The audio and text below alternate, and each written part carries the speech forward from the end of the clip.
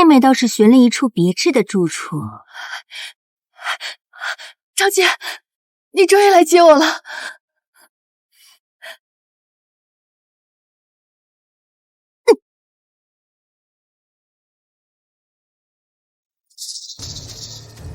晋阳王谢归墨战功彪炳，替皇上解除边关之祸。可惜呀，等不及回京受赏，就死了。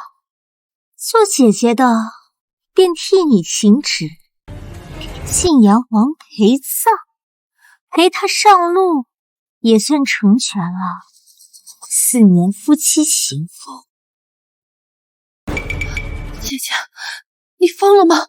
我是你亲妹妹啊！你要真是我亲妹妹，那我可就心软了。你这话是什么意思啊？话说的这么直白，还听不懂啊？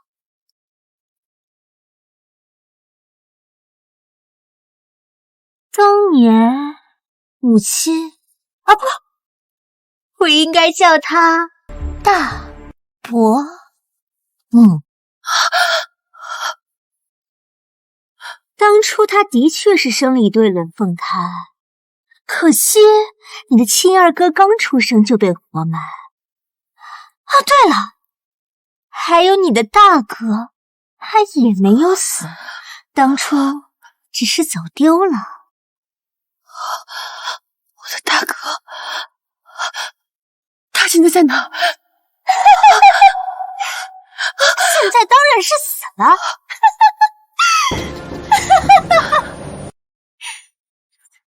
这就是我。还有父亲的死，外祖父的死，表哥甚至是你刚足月的孩子。哼，那小孽种死前手里还攥着我给他的银锁呢。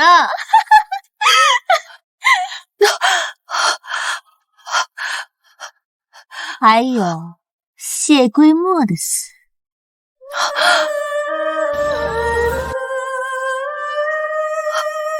他对你一往情深，你怎么忍心？我的好妹妹，害死谢归墨的人是你，不是我。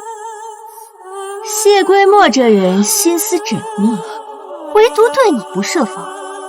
你送他的荷包，他从不离手，不然也不至于日日浸染毒药，回京途中就毒发身亡。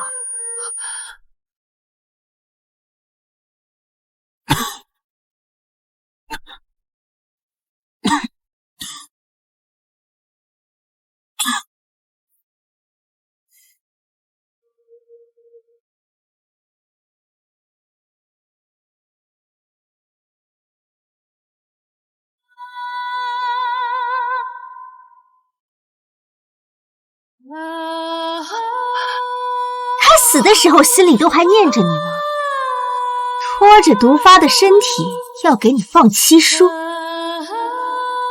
居然会认为他对我一往情深，愚蠢到如此地步，不知道晋阳王谢归墨看上你哪点？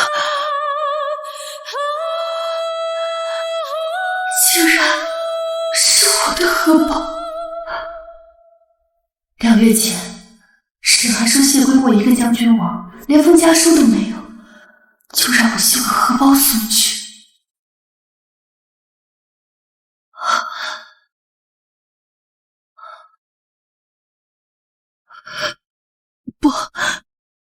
不，谢归墨不会在乎这些的，他从来没有给过我好脸色，怎么会把我送他的荷包不离身呢？我不信，我不信！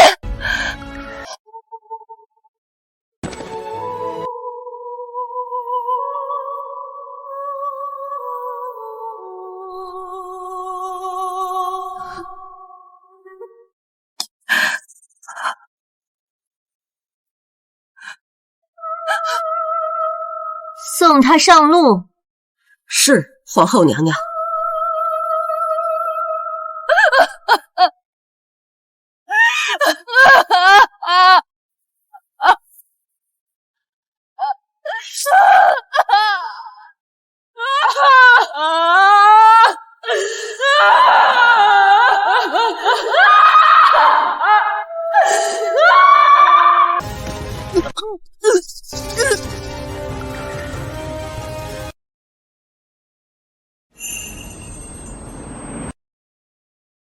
我的好妹妹，谢归莫是来快死不死，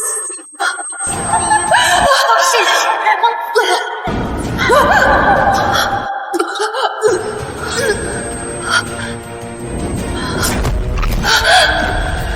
姑娘怎么坐起来了？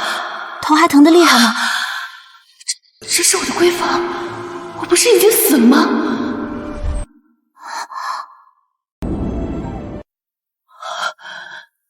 你，银杏，真的是你！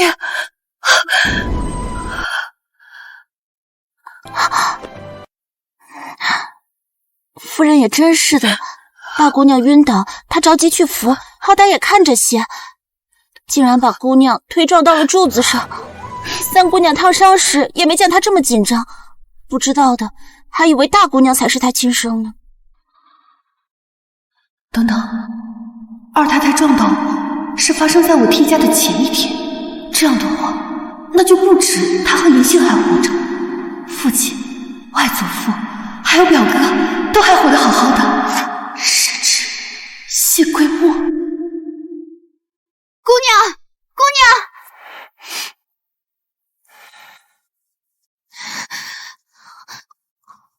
姑娘，大姑娘醒了之后一直在哭。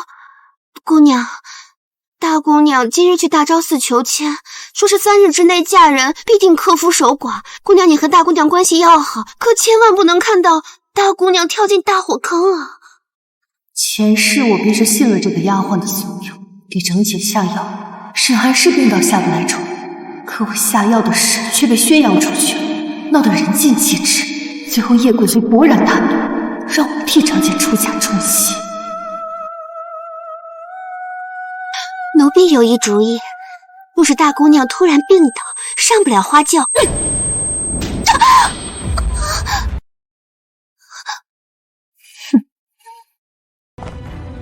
你当晋阳王府的人都是傻子吗？长姐今日还能去大昭寺，回来得知要给晋阳王世子冲喜就病倒，上不了花轿。你不如让我直接去晋阳王府退亲，这样还来得坦荡。姑娘息怒，姑娘息怒，奴婢只是担心大姑娘，奴婢以为姑娘甘愿为了大姑娘背负几句骂名。晋阳王世子病重，急需冲喜保命。长姐不愿意嫁，大可以退婚，我却偷偷摸摸给她下药。明日晋阳王府的花轿接不了人，耽误了给晋阳王世子冲喜。他要是没事便罢了，万一不幸身亡，你觉得晋阳王府和叶贵妃能轻饶得了我吗？银杏，给我张嘴，让他好好长长记性，知道什么话该说，什么话不该说。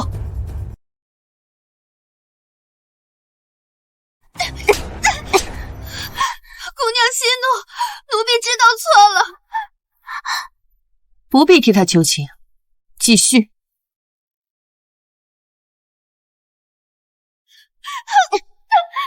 为了长姐不守寡，我上了花轿。原本我做好了守寡一辈子的准备，可谁知世子谢归墨居然在初夏夜里醒了，于是我就成了心机深沉、抢嫡姐亲事的恶毒嫡妹。我背地里受了多少嘲讽奚落，我如何能信谢归墨喜欢的是我？我重活一世，不会再轻信人。二太太舍不得自己亲生女儿守寡，又不敢得罪晋阳王府和叶贵妃，才会算计我。现在豆蔻怂了我不成，还安安。二太太肯定知道我的态度，那我便要晋阳王府退亲。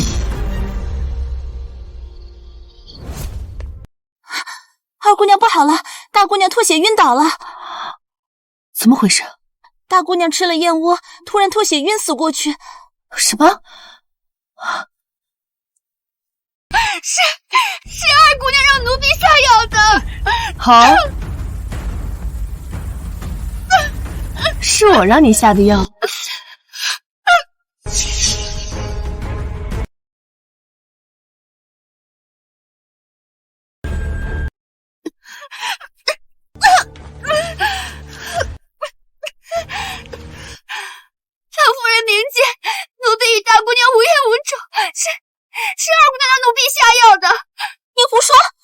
娘明明打你嘴巴，就是让你别出这种馊主意。老夫人明鉴，奴婢与大姑娘无冤无仇，怎么可能会害大姑娘？是二姑娘让我这么做的。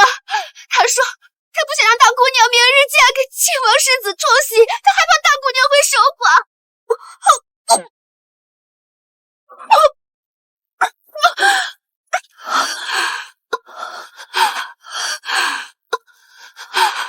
二夫人，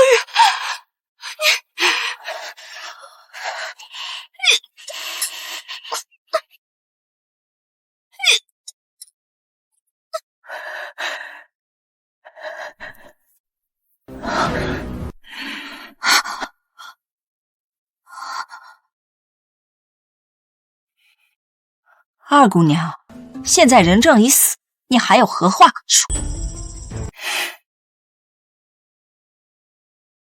二婶儿，就这么着急定我的罪？难道不是你指使的倒扣？我是不想让长姐守寡，但如果我和长姐之间必须要有一个人经历的话，二婶觉得我有这么大度吗？晋阳王府的花轿明日一早就会上门，长姐又卧病不起，这冲喜的事情又不能耽搁，万一逼我批假呢？我如果真的有为长姐牺牲的大度，大可以直接站出来，又何必下药？更何况是毒药，这万一把长姐毒死了呢？你好了，下毒的丫鬟既然死了，此事先放下，去看看涵儿怎么样了。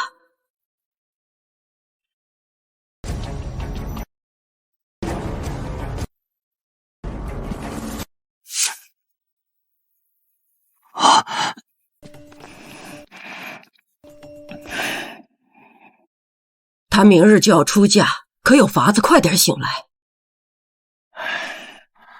大姑娘的毒要昏睡3日才能解。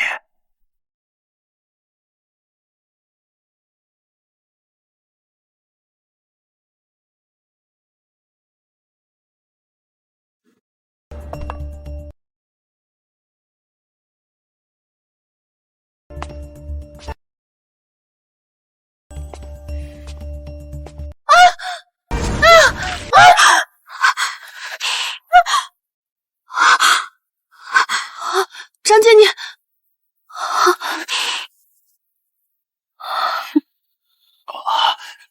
你老夫告辞。哼，装混女，你好大的胆子！糟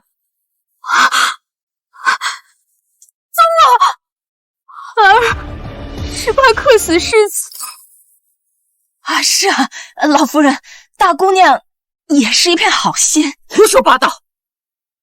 明日必须上花轿，无论冲喜成与不成，泾阳王府不会亏待你。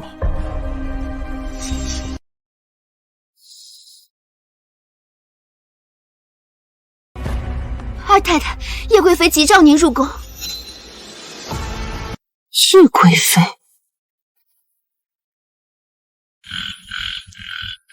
姑娘，姑娘，快醒醒，出大事了！又怎么了？叶贵妃让您替嫁冲喜。怎么还要我替嫁？侯爷叫上了夫人们，现在正在松鹤堂。随我去看看。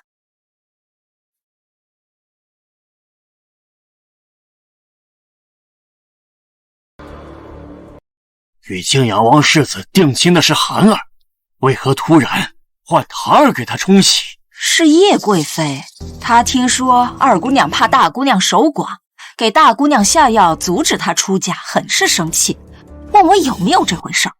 我实在不知道该怎么回答，为了侯府和大姑娘的名声着想，我就没有替二姑娘解释。可是没想到叶贵妃这么生气，当时就以大昭寺求的签不吉利为由，要赶二姑娘出嫁。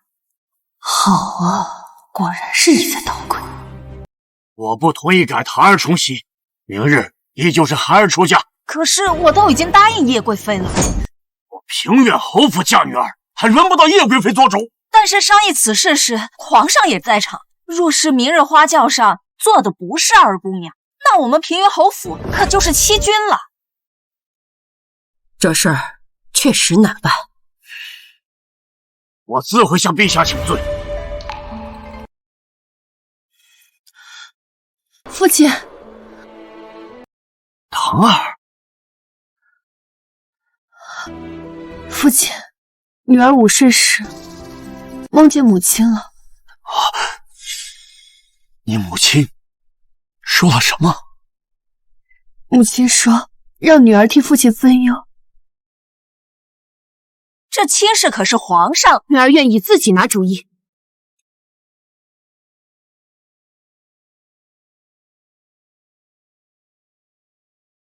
父亲没有什么事需要你帮着分忧。父亲，女儿不愿意因为这件事情和长姐之间生出嫌隙，我们姐妹之间有商有量，父亲也不必为难。就让她们姐妹自己商量吧。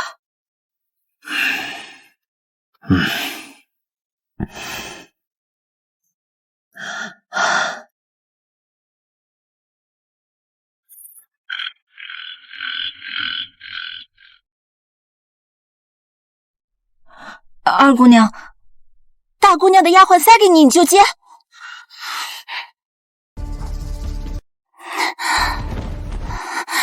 奴婢这就送回去。放下吧，明知送不回去，何必白跑一趟？姑娘，你难道真的要替她嫁？嫁衣我会穿，但花轿我不会再上。这话听着好像姑娘上过晋阳王府的花轿似的，姑娘当真是被气糊涂了。沈堂心底若真有我这个长姐，会泼我一身茶水换事。可我送她嫁衣却又不退回来，不论怎样，明日我必不能出嫁。丹珠，备冷水。姑娘，你会染上风寒的。照做。是。准备沐浴。是。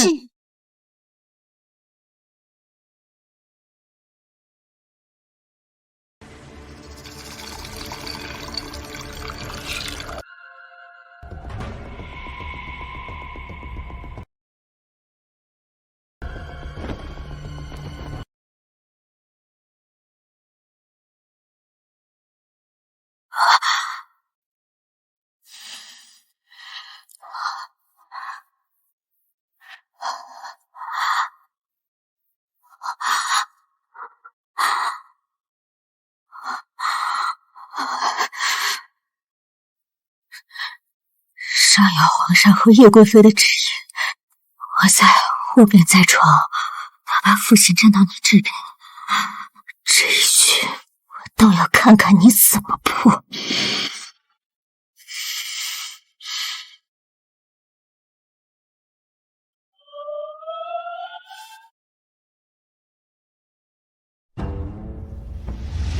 以长姐的手段，又有叶贵妃撑腰，她肯定会想尽办法不让自己出嫁。既然如此，不如我主动出手。李信，明日一早差人给我梳妆，就穿长姐送来的嫁衣。姑娘，您真要给大姑娘替嫁吗？那可使不得啊！我自有打算，明日让大家看个热闹。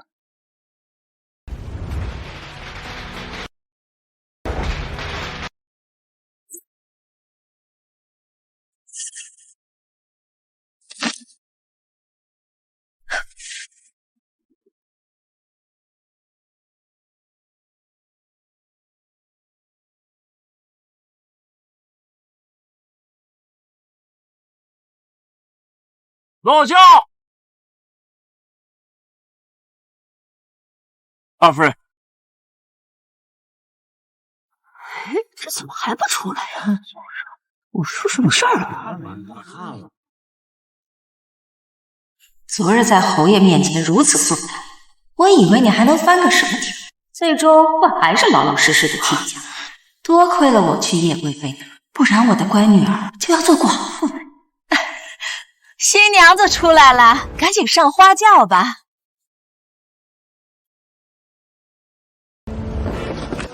你看嘛，我看了，我也是。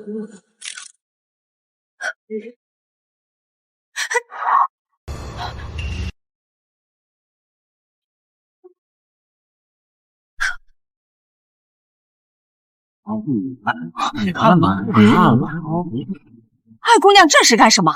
揭掉盖头，方便和晋阳王府的人说话。揭了盖头，方便和晋阳王府的人说话。婶儿姑娘这是何意？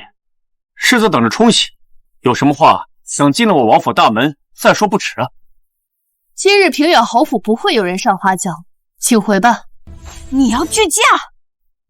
什么？这好的怎么又不嫁了呀？胆敢戏耍晋阳王府，可知后果？你是疯了吗？难道你要害了整个侯府？不用提醒，我当然知道晋阳王府的权势。这次娶亲为的是冲喜，让花轿空着回去，是因为世子不需要冲喜。今晚必定醒来。你怎么能笃定世子就一定会醒？若世子不醒，侯府怎么办？那我沈棠就给他陪葬。婶儿姑娘不惜拿自己的性命赌我家世子为誓，可为何不愿上我晋阳王府的花轿？与你家世子有婚约的是我的长姐，要冲喜不管用，我会守寡，嫁了也就嫁了。可你家世子不会有事，那我们姐妹以后该如何相处呢？长姐是我在这个世界上最亲的人，我不能明知你家世子不会有事，还要抢他的婚事。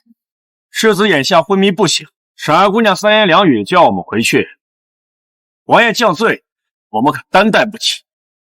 既然这样，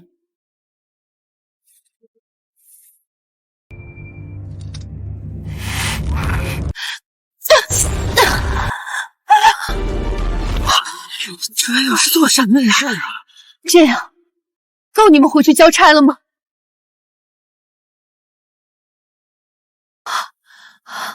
够了，够了，回府！这我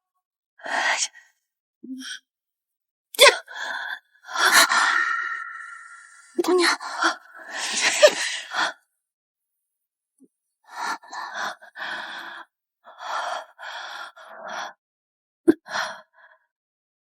二姑娘，老夫人请您去一趟祠堂。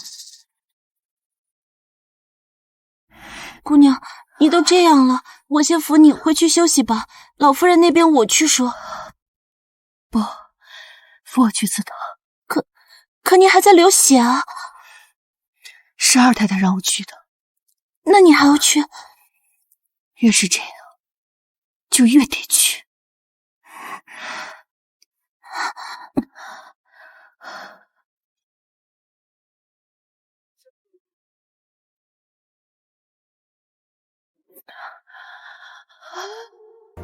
祖母，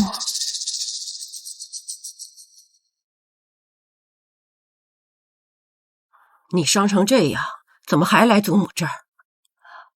祖母，我知道今日拒嫁，让晋阳王府的花轿空着回去，此等任性之举惹恼祖母了。祖母派丫鬟让我来，我不敢不来。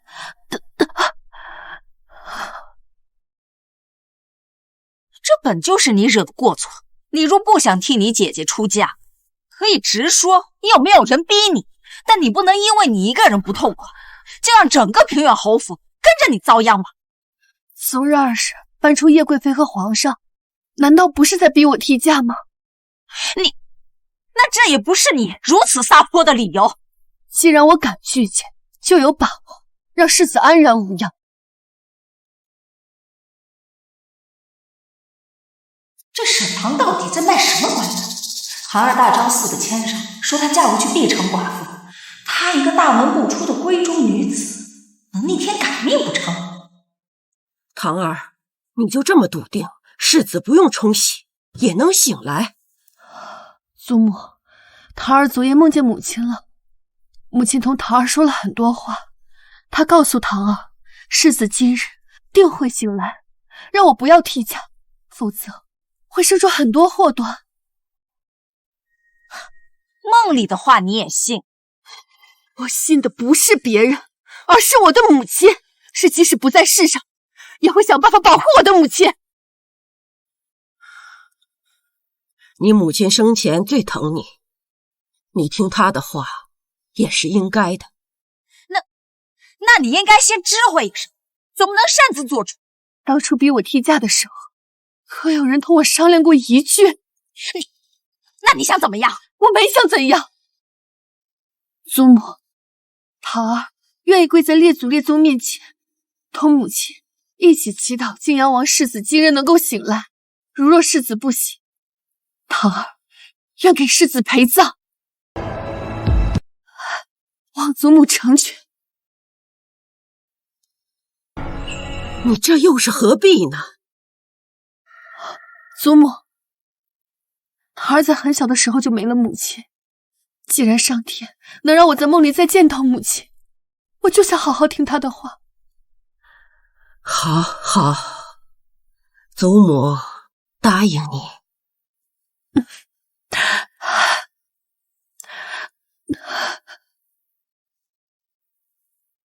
这该死的沈航，好名声都让他赚了去，把韩儿的计划都打乱了。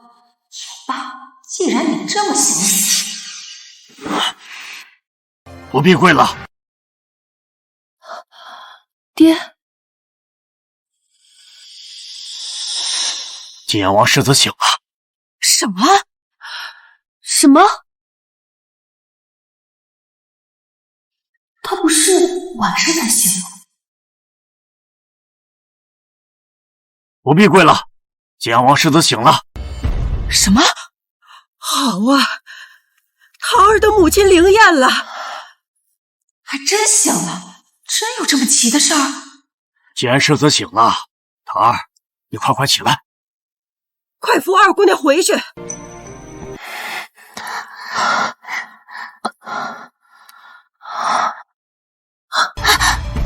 桃儿，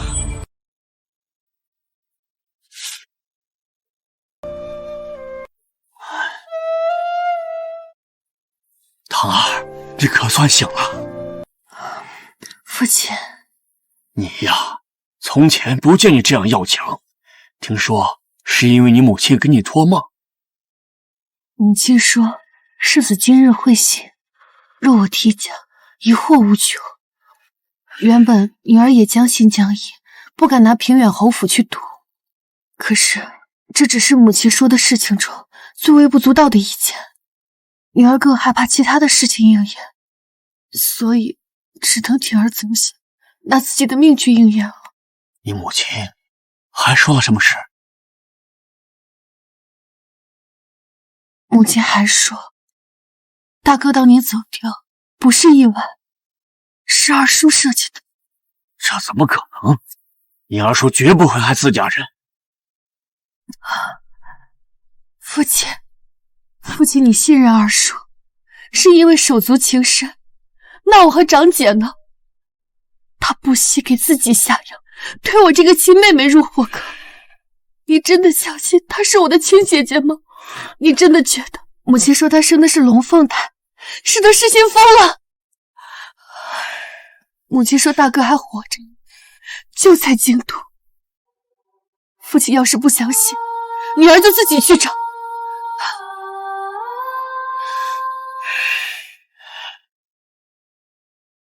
母亲托我转告给父亲，您的玉佩落在他坟前。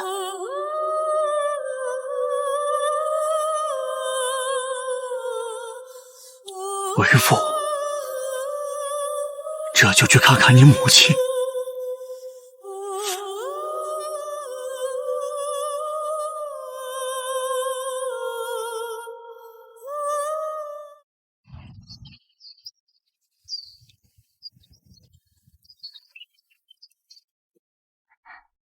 姑娘，奴婢刚刚看到侯爷走了才敢进来，您不知道，您晕倒后府里都炸开锅了。祖母那边怎么样了？二太太被老夫人骂得狗血淋头，侯爷还当众质问老夫人，他不该让您带伤问话。姑娘，你猜大姑娘怎么着？后悔没给晋阳王世子冲鞋，后悔没嫁给晋阳王世子。奴婢听院子里的小丫鬟说，大姑娘昨个泡了1个时辰的井水，真烧糊涂了。哼，真是个会找苦吃的。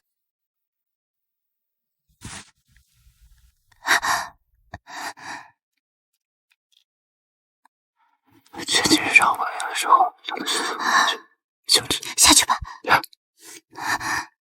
姑娘，玉器铺把那个琉璃灯当废物扔了。姑娘别生气，小伙计不懂事，奴婢这就找人去翻垃圾堆。不必了，一盏早就该扔了的灯，没什么好生气的。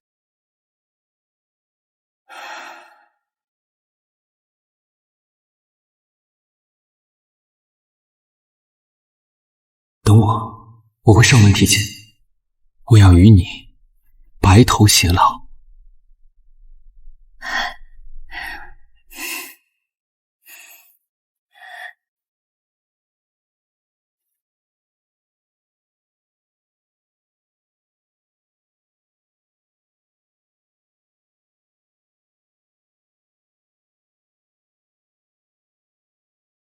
姑娘伤还没好，晚几日再给老夫人请安，老夫人也不会怪罪姑娘。快坐吧。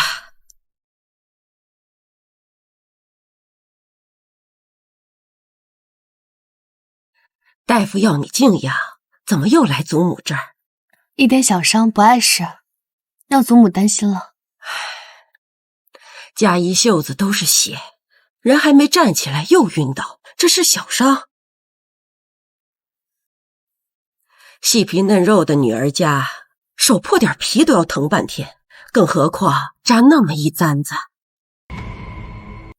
老夫人，我刚去看过大姑娘了，这回她风寒真是可重了，这才病了2日，人就瘦了一大圈，我看着都心疼。您要是去瞧见了，肯定会心疼坏了。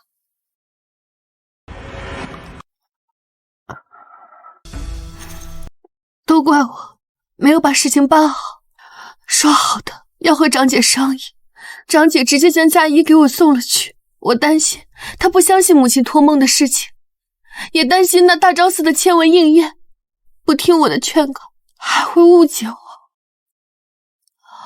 想着如果居家也一样，便没再去找长姐。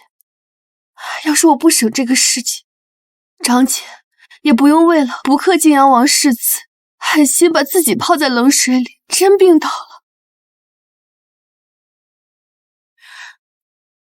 我怎么没有听说她是这么病的？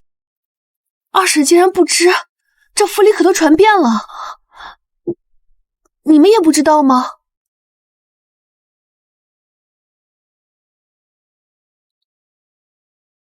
定是大昭寺那张签文不好，若是那签文上不写会克夫，大姑娘断然不会如此。这几日我思前想后，越发觉得不对劲儿，这还没冲喜，晋阳王世子就已经脱险了。按道理说，如果办了喜事儿，添了喜气，应该会更好才是。可偏大姑娘抄了这么一支晦气的签，怕不是别有用心之人做了什么手脚。老夫人，晋阳王府派人来退亲了。啊！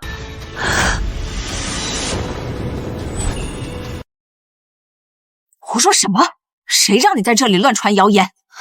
不是谣言，侯爷吩咐管事钦点聘礼，要退还给晋阳王府。去请侯爷过来。是。不必了。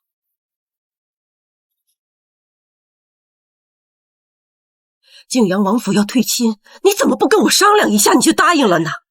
母亲，你以为我能拦得住吗？世上没有不透风的墙。晋阳王府要退婚，我不爽快答应了，难道和晋阳王府撕破脸吗？沈寒拒婚时就该料到今日了。寒儿与晋阳王世子的定亲玉佩是母亲收着的吧？快拿来，我好退给人家。在寒儿那儿去取定亲玉佩。是，去取。是。唉，可惜了这桩亲事。唉，玉佩呢？玉佩碎了。什么？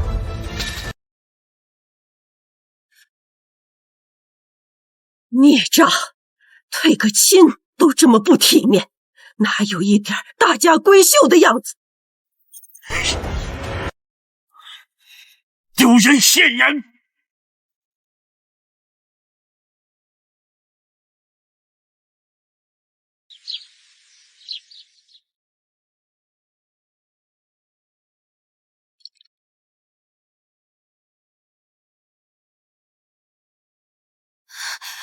姑娘，不好了！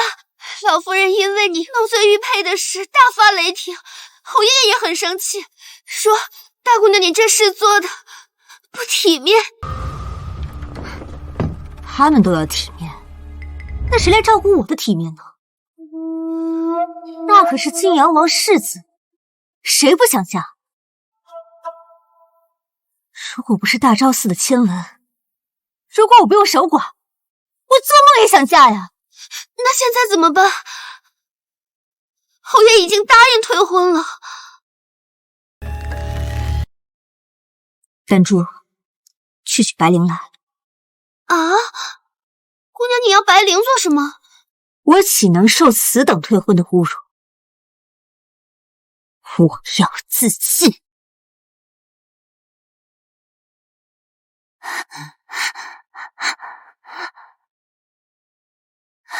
姑娘，大姑娘受不得退婚的屈辱，上吊寻死了。长姐上吊自尽了？没，她被丫鬟救了下来。当真没用，自尽都能被人拦下。不过也是，她只不过是耍手段给父亲施压，想保住这桩亲事罢了。当初死活不嫁的是大姑娘，现在寻死觅活不肯退亲的也是她，当真是没脸没皮到极点了。你呀，好了，我们不聊她了。可是姑娘不去看看大姑娘吗？我去看她，给她扶凳子吗？啊？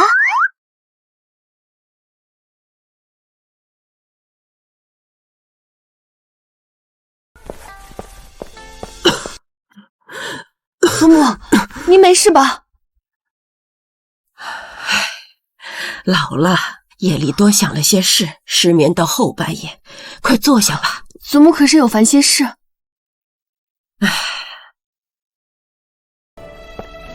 老夫人，大姑娘来了。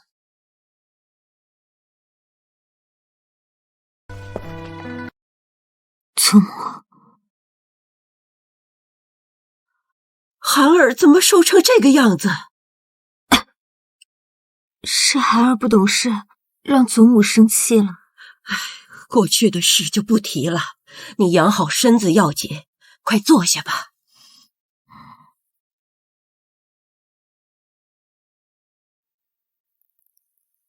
二妹妹这几日都没去看我，是还在生我的气吗？怎么会？我怎么会和长姐一般见识？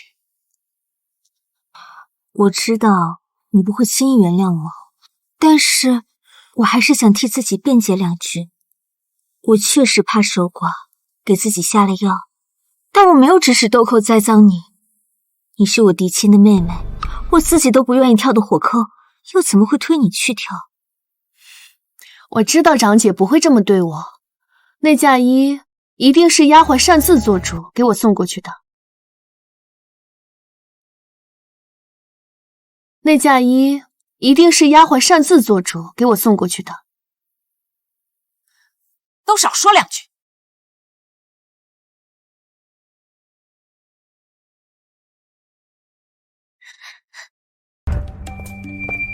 老夫人，寿王府送来春日宴请帖，邀府上姑娘们去赴宴。是。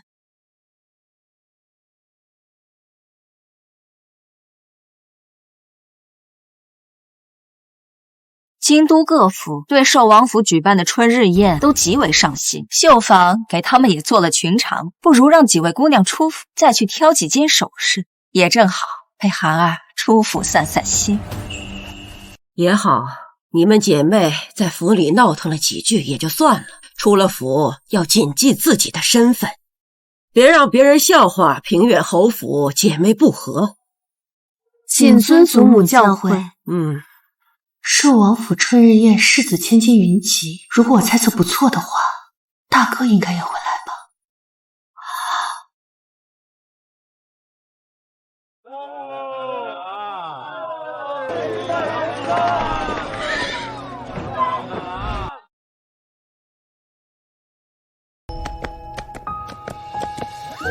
吁！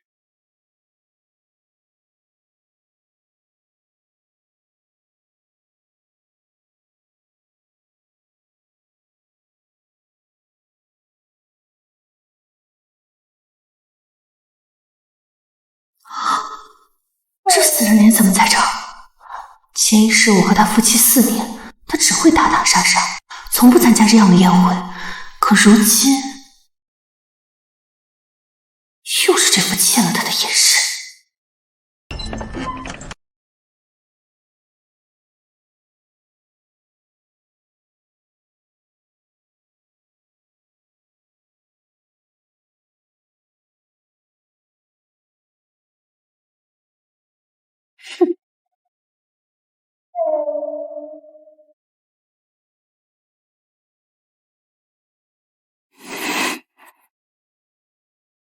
这世上竟还有姑娘敢瞪你，沈家二小姐确实有点意思啊！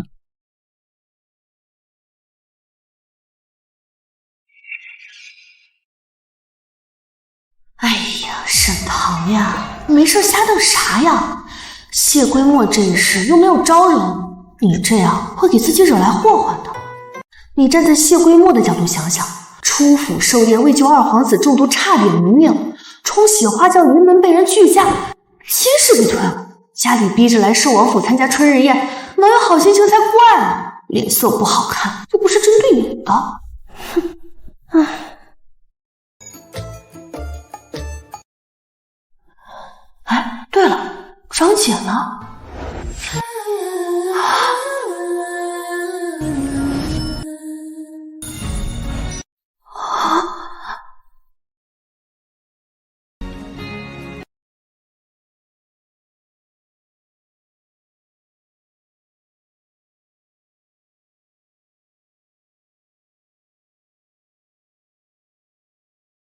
哎，对了，张姐呢？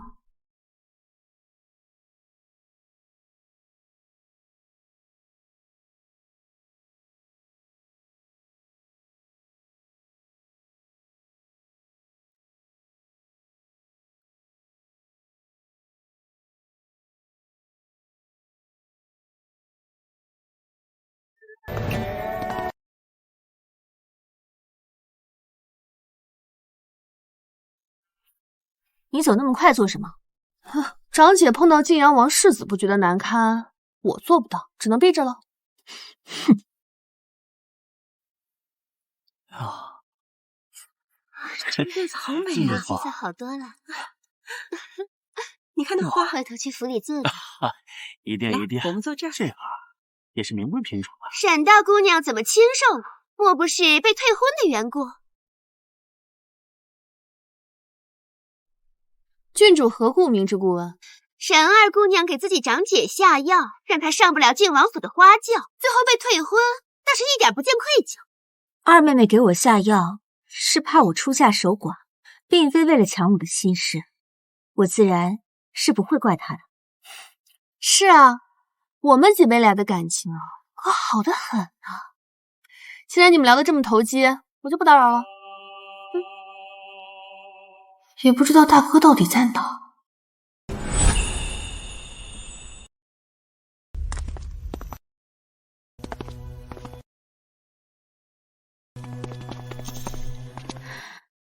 跑这么远，叫我好找啊？没人叫你找我，我是来向你赔礼道歉的。我知道你不愿我这么说。今儿太阳是打西边出来的吗？我知道你还在生我的气，但是我希望你能以平远侯府为重。我被晋阳王世子退婚，不止影响我，还影响你，影响府里其他的妹妹，甚至是父亲。直接说吧，你找我想做什么？晋阳王世子今日也来寿王府了，你去找他赔礼道歉，就说当然是你给我下药，我才没法给他冲洗。我和他的亲事不能就这么退了。你给自己下药，再想给我还不够，还想让我去给晋阳王世子赔礼道歉？祖母不会做这样无耻之事，我也没这么好忽悠。你再敢多说半个字，我就告诉父亲。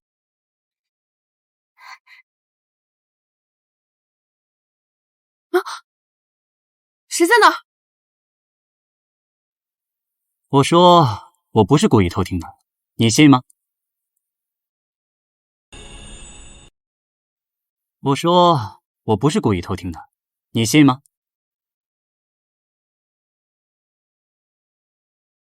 我知道宣义侯世子并非有意偷听之人，也知道宣义侯世子与晋阳王世子不是亲兄弟，却胜似亲兄弟。但能不能不要把方才听到的告诉晋阳王世子？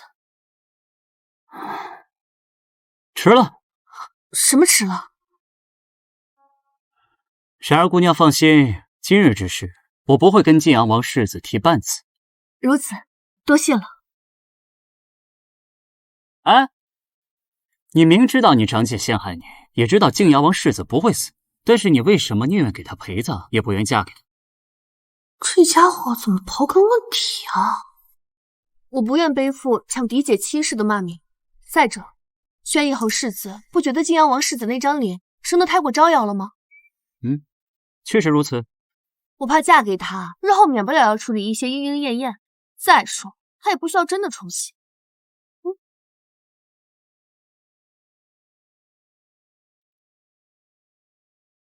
听见了吗？人家说啊，你这张脸长得太招摇了。这么拙劣的借口，你也信？我倒觉得人家说的没错。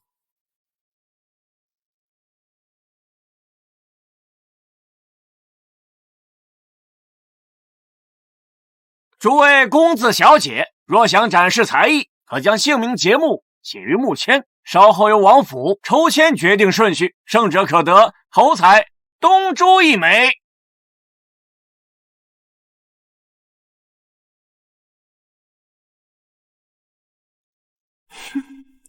张姐还是这般爱出风头。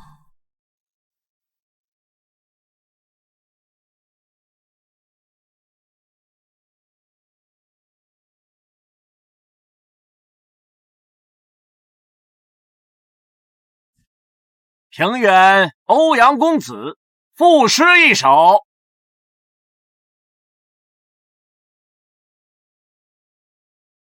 子曰：橘生淮南则为橘，生于淮北则为枳。业图相似，其实味不同。纵其然者何？水土异也，人何？平远赵府赵兰芝，献舞一曲。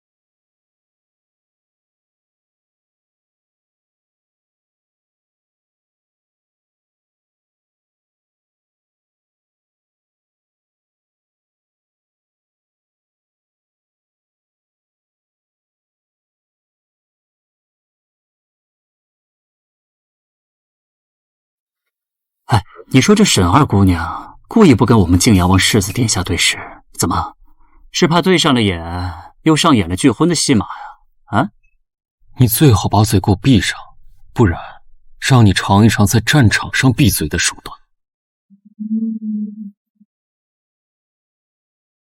周妈妈说，大哥小时候眉眼生得很像父亲，长大应该也很像才是，难不成已经定亲了？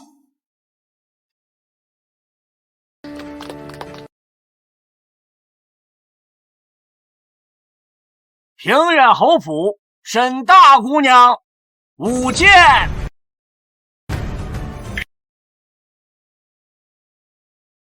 我写的分明是抚琴，怎么会变成舞剑？沈寒最擅长的是弹琴，跳舞都不算特别出彩，更别提舞剑了。莫不是……哼！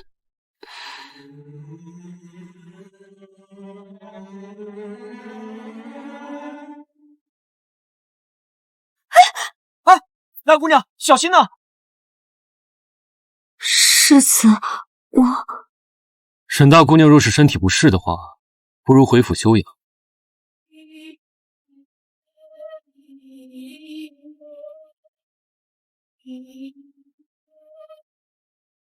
哎呀，怎么这么不小心呢？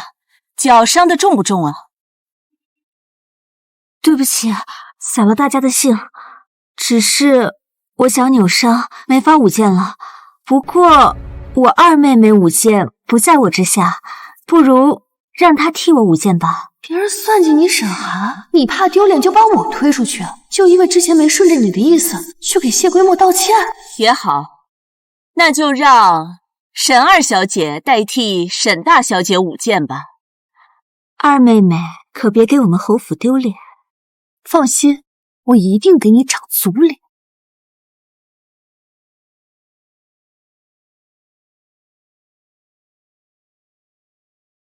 这会舞剑的姑娘本来就少，舞得好的就更少了，这不是把人往火坑里推吗？也不知这二姑娘水平如何，竟真敢接下这等差事，有好戏看喽。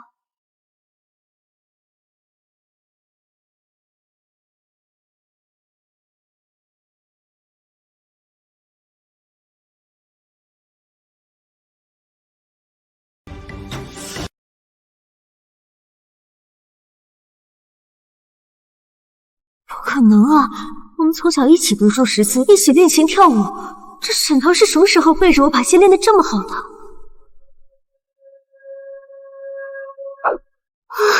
真好啊！哎呦，哇，走走。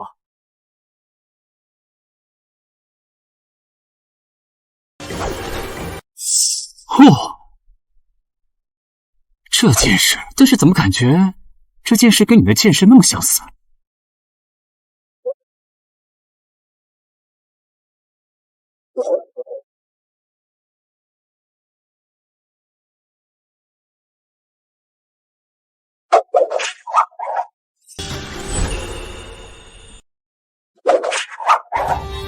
这哪里是舞剑啊？这分明就是战场杀敌啊！还行。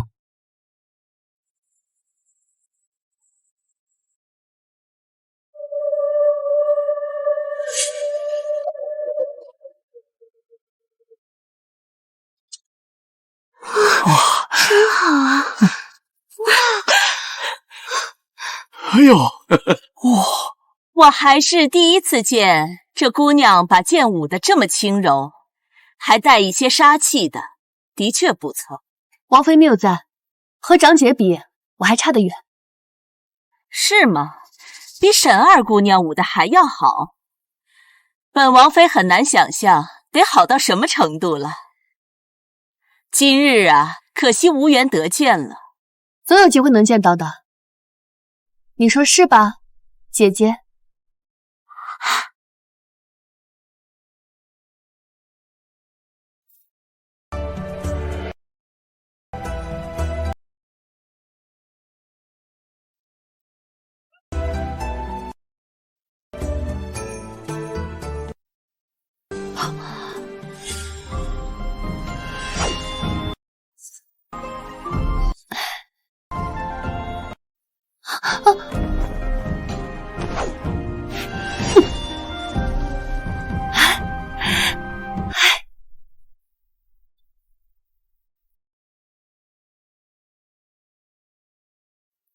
他是不是认出我了？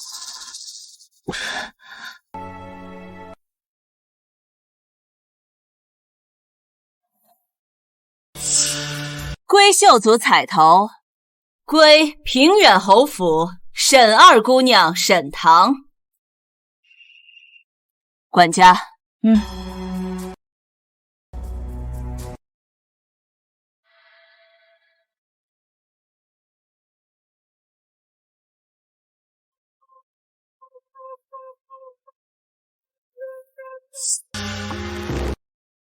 完了，这风头出大了。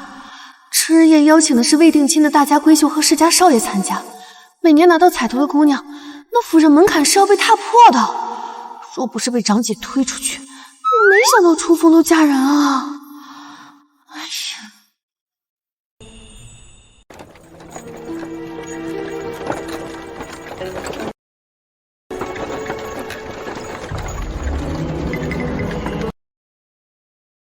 妹妹藏的可真深啊！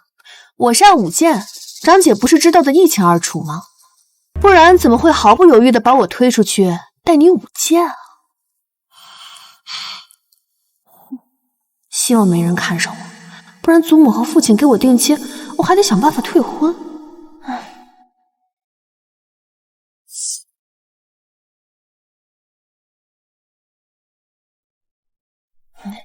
祖母，这是寿王府的彩头，献给您。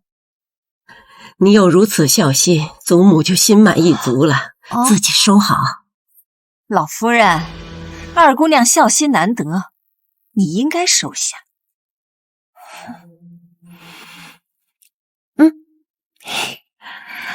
平常堂儿不显山露水，没想到在春日宴一鸣惊人。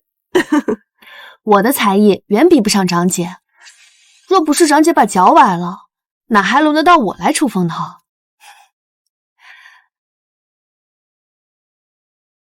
伤得重不重啊？不碍事。原本计划明日你们姐妹二人去大昭寺祭拜，为你们母亲祈福。这脚崴了，还能去吗？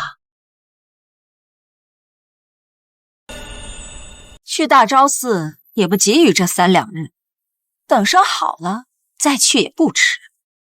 母亲生前就不喜欢我，若是因为崴脚去不成大昭寺，母亲地下有知，定会对我更加不满。哪有当娘的不心疼自己身上掉下来的肉？你母亲是病了，才会如此。祖母这些年也不该拦着你，不让你去祭拜你母亲。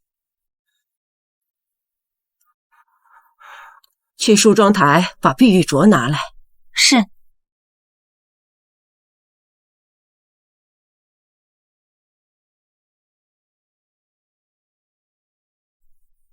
堂儿，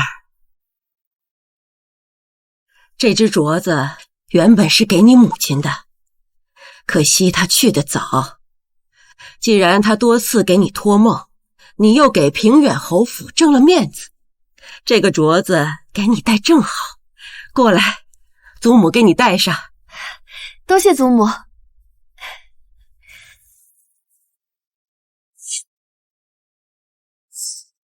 这原本都是我的。姑娘，大姑娘根本没崴脚，在院里练剑呢，气得劈烂了10几盆花。沈寒，这才刚开始呢。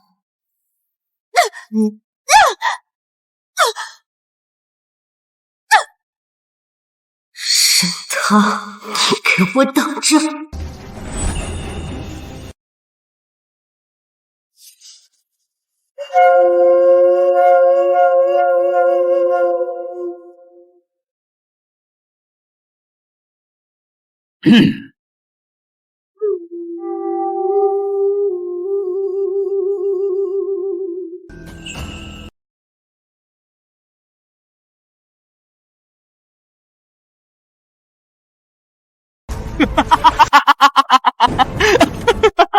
你可知道，你的长姐巴不得你快点死。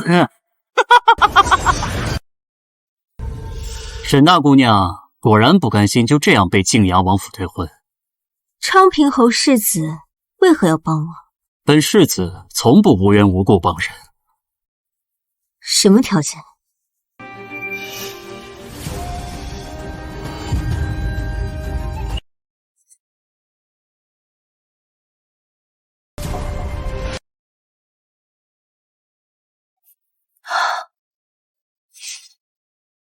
林杏，小姐，这地方有些吵闹，我们去找个清静的地方歇会。好，小姐。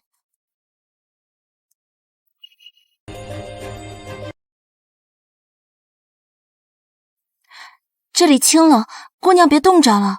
马车离得不远，奴婢去给姑娘拿件披风来。快去快回。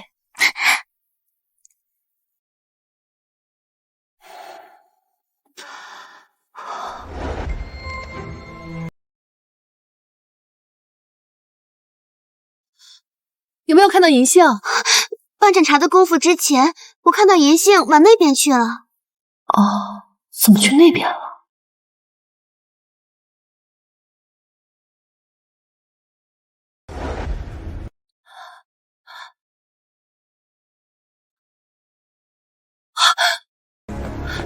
银杏，银杏，银杏！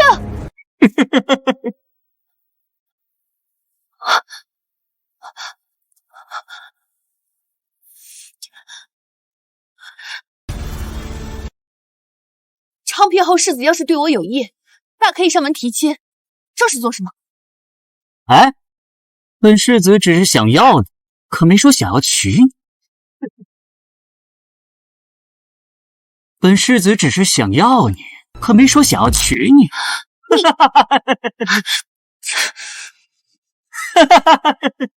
本世子还真没见过性子这么烈的姑娘。只是可惜啊，沈二姑娘为了所谓的姐妹之情，拒嫁晋阳王府。殊不知你的长姐为了晋阳王世子妃之位，将你卖给了我。啊！刚才果然没有谋划什么好东西。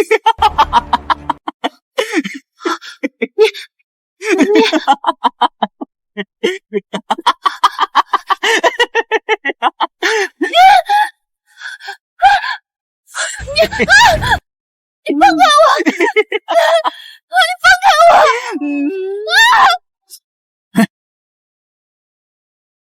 你放开我！你谁你？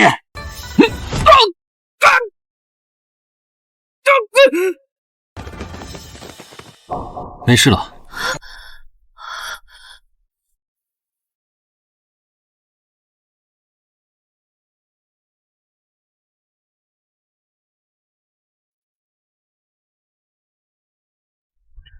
我要与你白头偕老。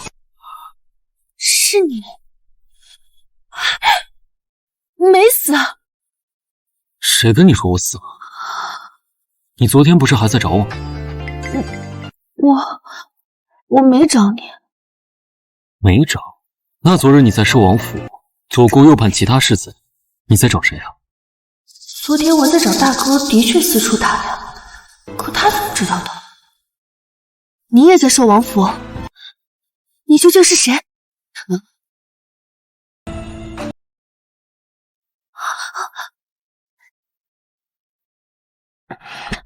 不给看就算了，你快松开我！我不是不给你看，我是怕吓到你。不看就不看，找什么借口？我不是什么胆小的人。确实，在京城之内找不出第二个胆量大的。靖王府的花轿都已经上门了，竟然让他空着回去。靖王府权势赫赫，靖王那张脸也是无人能及。你为什么不愿意嫁给他？啊？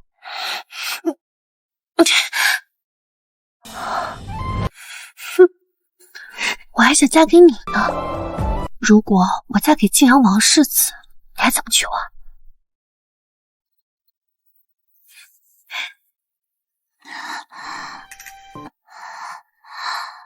姑娘，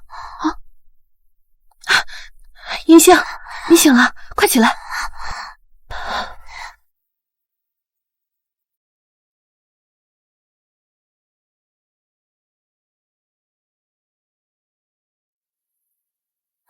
奴婢回去拿披风，回来时小丫鬟告诉奴婢，姑娘来这边了，奴婢就找过来，走得好好的，突然脖子一疼，人就晕倒了。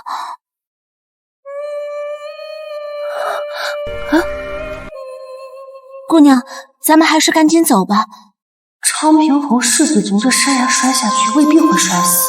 到时候昌平侯府来这看到了玉佩，人家为我才打的昌平侯世子，我不能把这么明显的证据留给昌平侯府。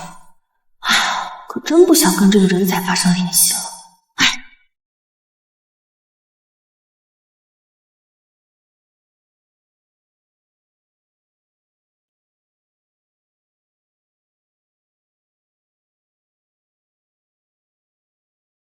这昌平侯世子真是成事不足。妹妹跑哪儿去了？叫人好整。我去哪儿？你不知道？多谢张姐关心，下次一定带你一起。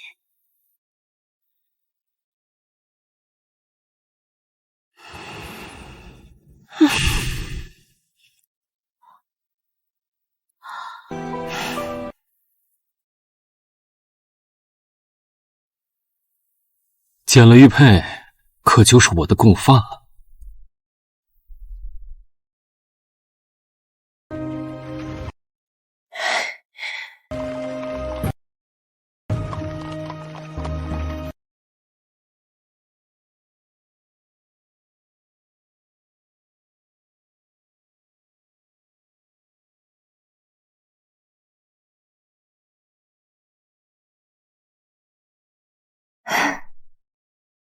二太太在门口，总不能是在等我们吧？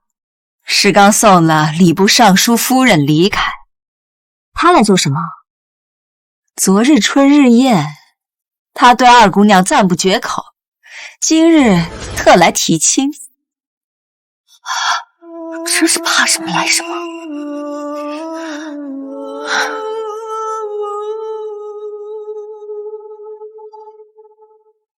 那祖母同意了吗？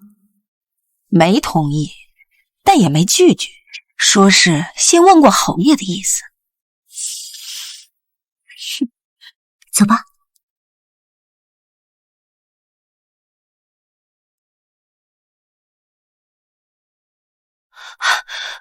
祖母，您不能随便把我嫁出去。你这么早就回来了？祖母，祖母不会随便给你嫁出去的。这礼部尚书的公子不错。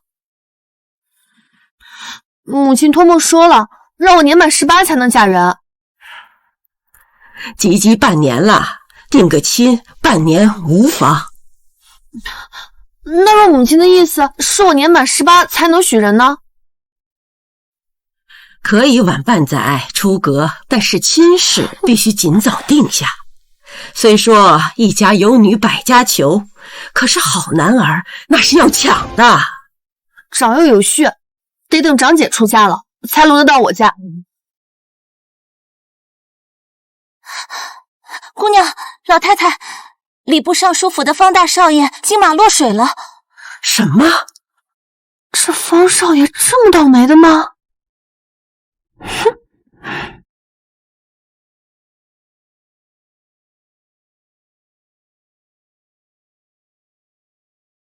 哟，随儿回来了。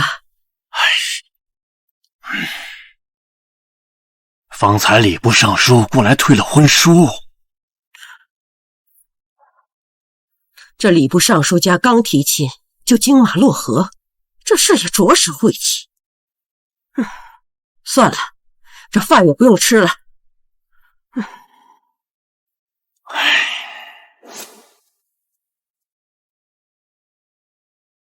府里下人都在议论姑娘要年满18才能嫁人的事儿，二太太下了封口令，不让议论，还打了2个碎嘴的丫鬟。二太太还是很关心姑娘的。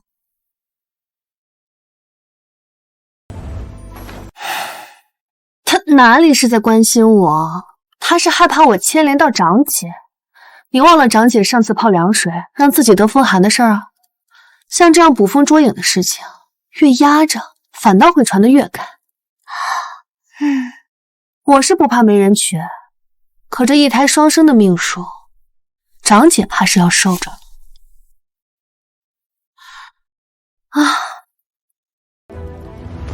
走，我们去给祖母请安。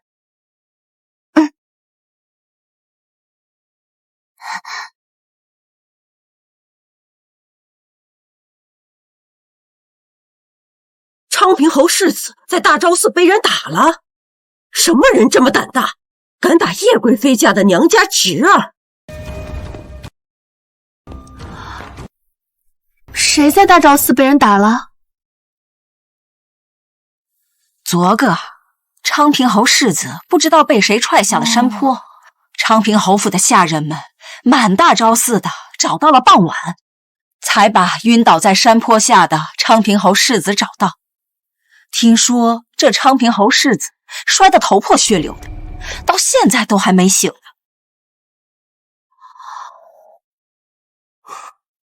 这昌平侯世子可是昌平侯府的独子，被人伤成这样，昌平侯府就算把京都翻个底朝天，也会把人找出来的。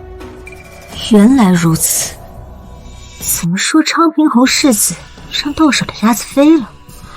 原来压根就没见到，就被人打了。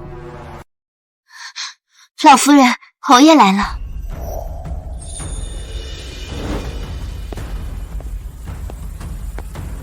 堂儿也在啊。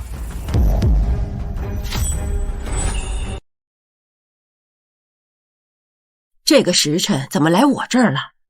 母亲，方才下早朝，文国公拉着我说话，想替自己的嫡次子求取唐案。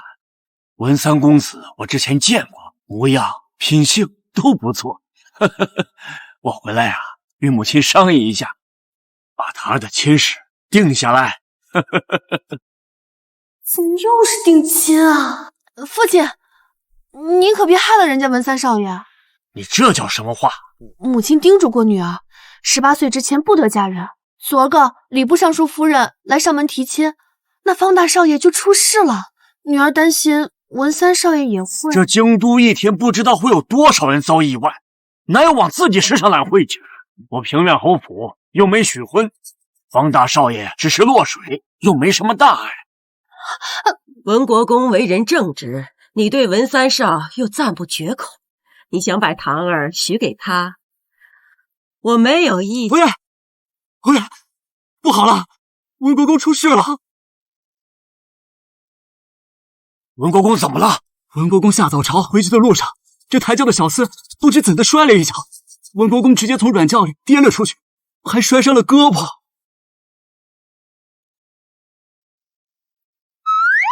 韩儿定亲时可没这么多晦气事。祖母、父亲、母亲都叮嘱过女儿，18岁之前不要嫁人了。不如让我多陪陪你们啊！我还有公务，先走了。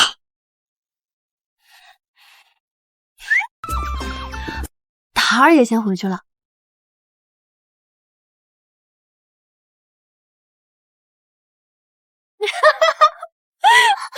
姑娘别气坏了，奴婢这就去给你找大夫。哎，我气什么呀？我高兴还来不及呢。可外头都在说您克夫啊。再说，我就把你嫁出去。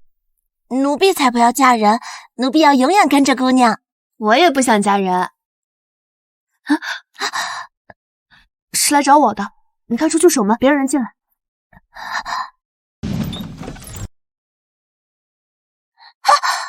嘘。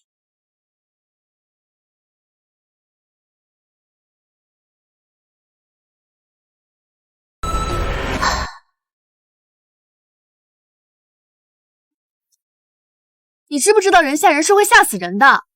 那我下次不敲窗户，我直接进来。喏，随身携带的玉佩都能丢，活到现在算你命大。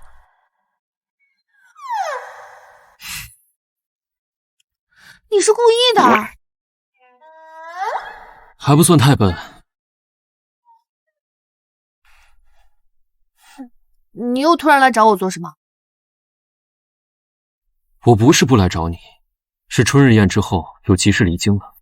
不过好在回来的时候，你还没有许给别人。所以前世是因为我嫁给了谢归墨，所以他才没来找我吗？不生气了？跟我解释这么多做什么？我说过我会娶你，就绝对不会食言的。娶我？现在满大街都在传我克夫，你没听说？克他们的不是你，是我。等等，方大少爷骑马落水，文国公摔伤，都是你干的？不是我，还能是谁啊？那算我欠你一个人情。人情？如果这个都要算人情的话，那你打算怎么报答我？我现在还没有想好，总有一天会还上的。是吗？比如？昌平侯府背后的人是叶贵妃，你查昌平侯府的时候要小心一点。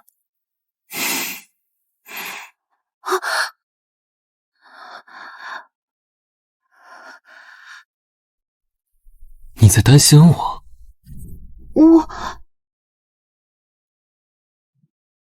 你在外头吗？谁在里头伺候姑娘？你在外头吗？谁在里头伺候姑娘？是老夫人的丫鬟。你快走！我会回来的。哎呀，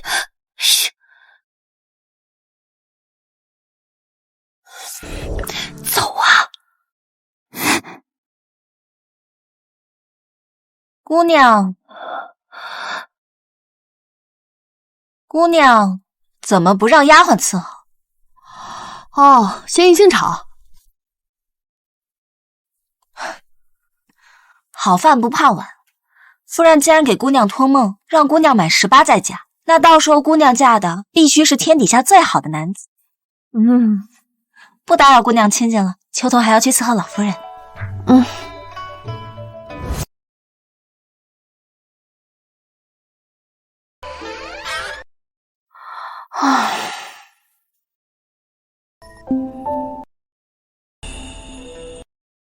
姑娘，那个戴面具的男人是谁啊？他救过我2次。昨日在大昭寺，要不是他，我可能就被大姑娘卖给昌平侯世子了。还有，大姑娘她并不是我的长姐，她是二太太亲生。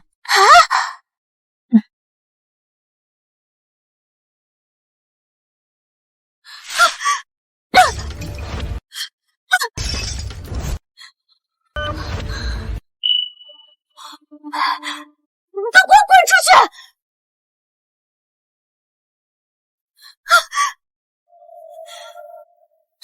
哎呀，好了，别生气了。现在外头都是我克夫，都怪沈棠。别气坏了身子，你和他又不是一同出生的，八字不同。就算二姑娘她克夫，你也不会克的。我要他身败名裂。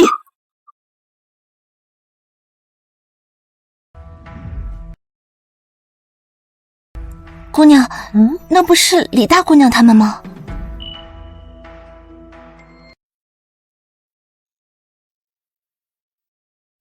哟，这不是克夫的沈二小姐吗？怎敢来湖边？莫不是怕水也犯了忌讳？听说礼部文国公府接连出事，沈二姑娘八字可真金贵。李大姑娘这话说的可真有意思。若八字真有如此神力，我倒想问问，这李姑娘最近是否诸事不顺啊？毕竟托我多说了几句话，让我冲撞了你这金贵的命格，可如何是好？还是说李姑娘也想试试和我沾上关系后，下一个倒霉的会是谁啊？你别胡说！我只是开个玩笑啊。倒是长姐，你我一胎而生，按理说这命格也差不到哪去。如今我被传克夫，姐姐怕不是也要担一些名声，别到时候求亲的人都被吓跑了，耽误自己的终身大事。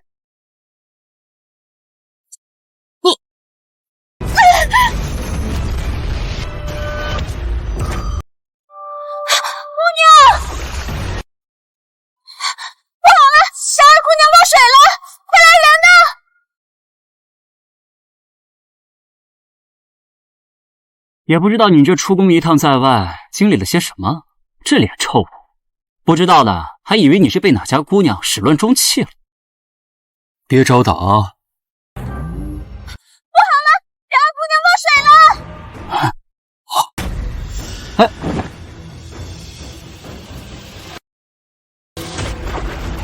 姑娘，这边！你母亲竟然下去救人了，把人踹下去，倒像是她会做的，下湖救人。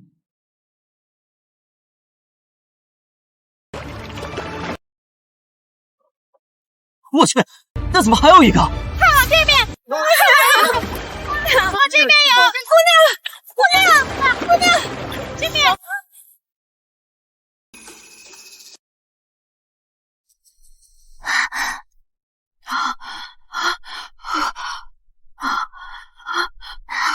没事。这女人什么时候会的浮水？哎，在水里泡着好玩吗？哎呦，我看你这是遇到克星了，没想到人家沈二姑娘这么个大家闺秀，竟然会浮水。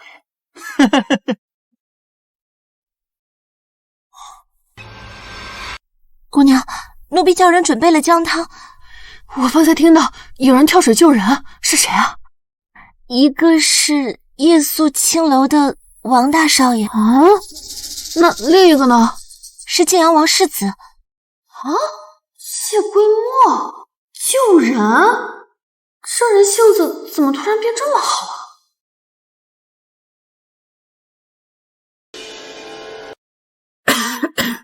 我的好妹妹，你到底还瞒了我多少事？你我同进同出，我瞒你什么呀？你什么时候学会的浮水？我要是说我刚在湖里学会的，你信吗？这么好骗？不信算了。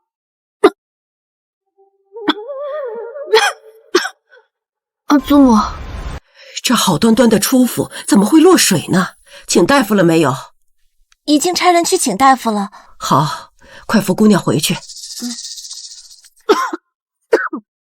这天气落水，少不了要受寒吃苦头了。怎么回事？我和妹妹在湖边看河，这李大姑娘不知道怎么的，就往前扑过去，把二妹妹推下了湖。二妹妹慌乱之际，把李大姑娘也给拽了下去。这二姑娘什么时候学会的浮水？这我也不知道。会浮水是好事，要不会浮水，十有八九要被那王大公子所救。还没有成亲，房里就有好几个同房，还素柳棉花。别说沈棠是我平远侯府嫡女了，哪怕是庶女，我也不同意她嫁给王大公子。刚刚说靖阳王世子也下水救人了。可惜了，明明有2次成为靖阳王世子妃的机会，都错过了。不知道晋阳王世子有没有受寒？他是不会受寒的。姑娘怎么知道？一个屋檐下住了3年，我能不知道吗？平日冬天他都洗冷水澡，习武之人哪有那么容易受寒？可是王大少爷也习武啊。奴婢知道，王大少爷学武不精。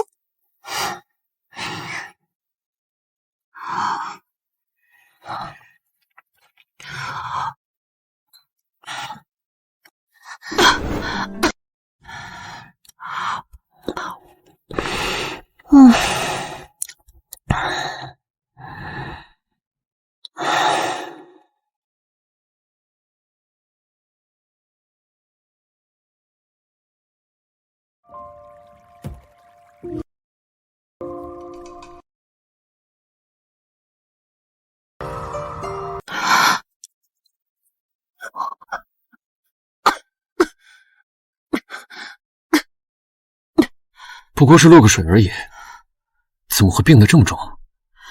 你知不知道这个天湖水很冷的？那谁让你落水的？这是我愿意掉的吗？你怎么会浮水的？我会浮水不好吗？好，非常好。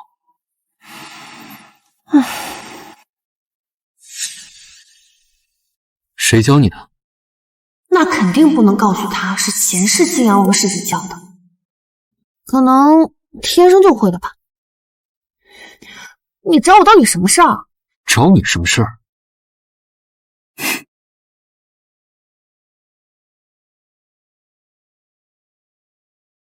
我没什么事，就不能来找你啊？你要不要听听自己在说什么？这里是我的闺房，是男人能随便进的吗？有事都不能来，何况是没事。头疼啊？平远侯府给你找的什么庸医？都2天了还没好。姑娘，老夫人来看你了。我先走了，回头再来找你。啊！你能不能别来了？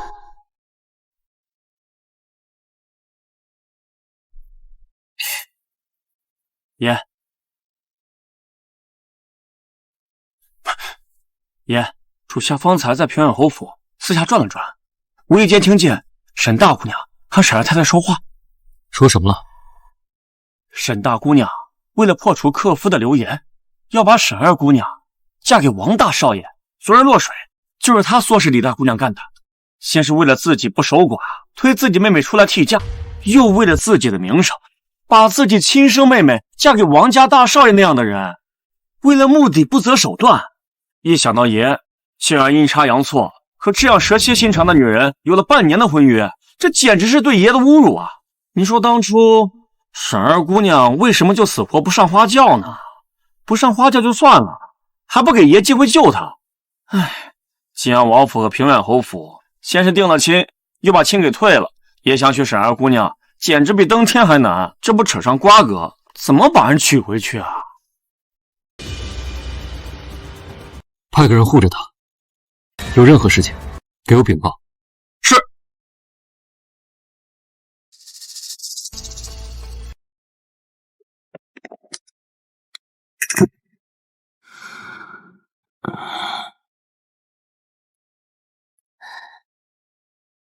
姑娘这药都喝了3天了，怎么病还不见好？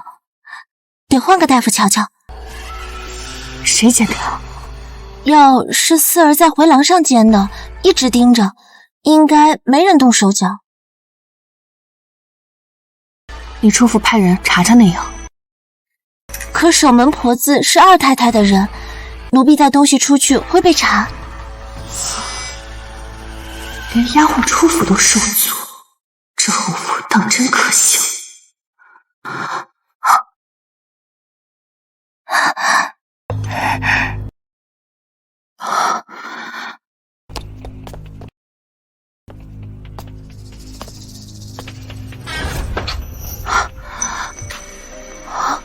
主子命属下护卫姑娘，有事尽管吩咐。你是晋王世子的人？姑娘何以见得？前世我也只见过武三那么一回，因为救了我，所以记得深刻，以为是奉谢归墨的命保护我的。谢谢你派人暗中保护我。你觉得我会派人保护你吗？现在想起来，或许是神秘男子在保护我。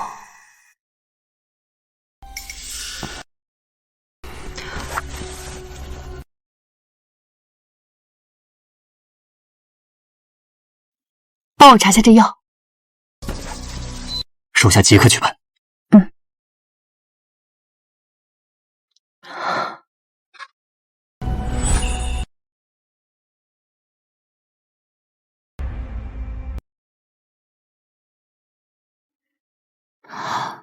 这么快？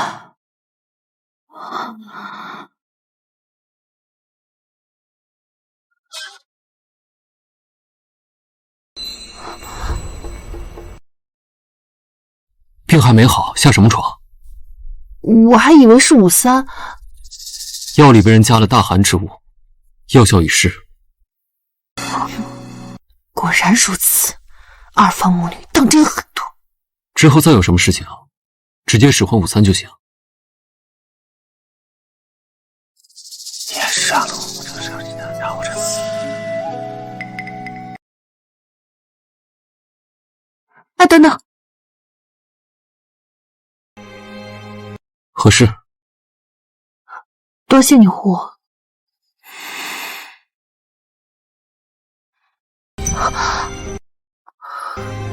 一句谢谢可不够。那你要什么？等到你病好了，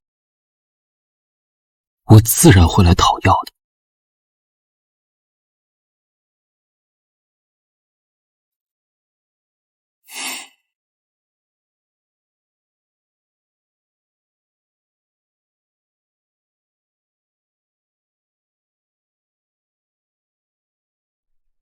不说要什么，到时候拿什么给啊？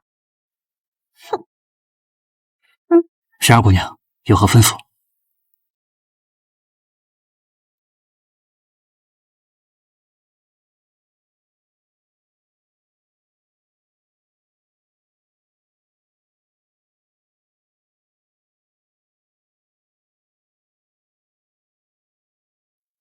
姑娘，宫里的太医来给你把脉。怎么是赵太医？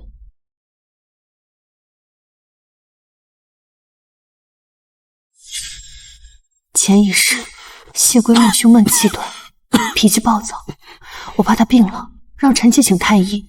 臣妾请来的就是赵太医。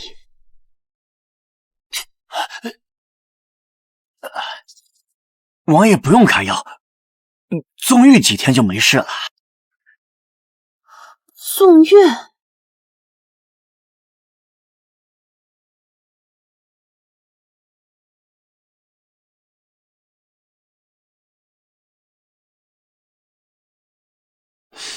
难怪要请我来了。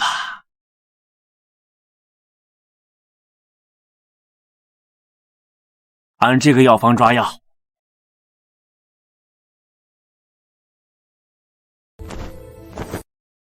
没想到侯爷把赵太医请来给二姑娘求病了。这些日子老夫人头也有些昏沉，还请赵太医再耽搁些时间，去给我家老夫人瞧瞧。请。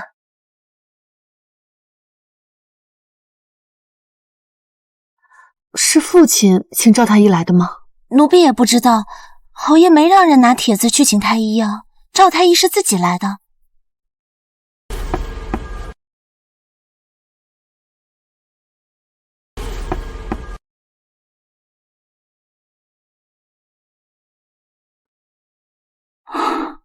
这是也让沈二姑娘吃下这个药。赵太医为什么要开2副药方？那几包药里加的大寒药，久服会让女子无法孕育子嗣，也是不放心。再让赵太医再来一趟，不直接开方子，是赵太医觉得二姑娘已经悲川克服，说亲困难了，再传出点流言来会更难，就只好给二姑娘开了治伤寒的方子。给自己下药栽赃姑娘，把姑娘卖给昌平侯世子，还要用毁姑娘清誉的方式把姑娘嫁给王大少爷，现在又在姑娘的药里动手脚，要姑娘一辈子生不了孩子。姑娘上辈子是刨了他们的祖坟吗？要这么害他家姑娘？二姑娘交代的事，属下已经办妥了。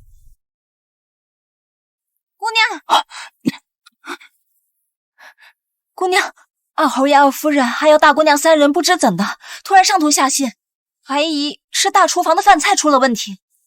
武三干得好，这泻药只是开始，接下来我要断了你们的财路。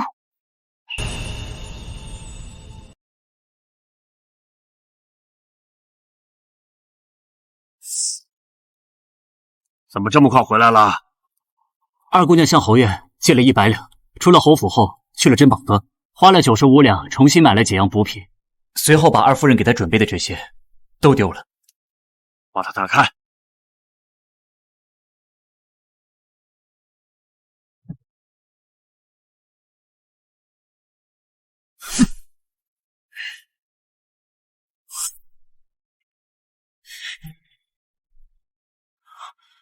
这些二夫人准备的补品是带去谁府上的？二姑娘是要去江家。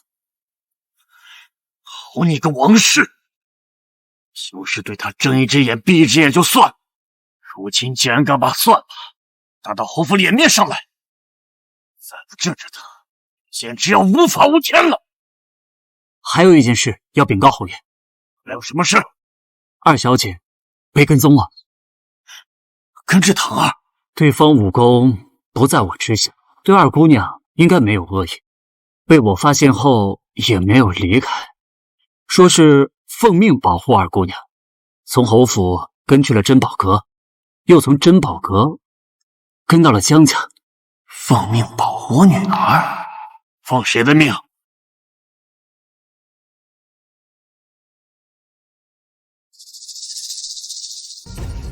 暗中保护你的人是什么人？父亲可曾听说前些天昌平侯世子在大昭寺被人踹下山坡的事情？为何突然提到昌平侯世子？昌平侯世子那日在大昭寺意图想非礼女儿，幸亏女儿福大命大，被人给救了。救我之人半年前在花灯会上就已经救过女儿一次了。他觉得女儿容易出事，就派了人在侯府护卫女儿。这些事你怎么没告诉我呀？父亲平常就忙，女儿又无事，就没有告诉父亲。既然他2次救了你，又想娶你，为何不直接上门提亲呢？他是说过要娶我，但父亲是怎么知道的？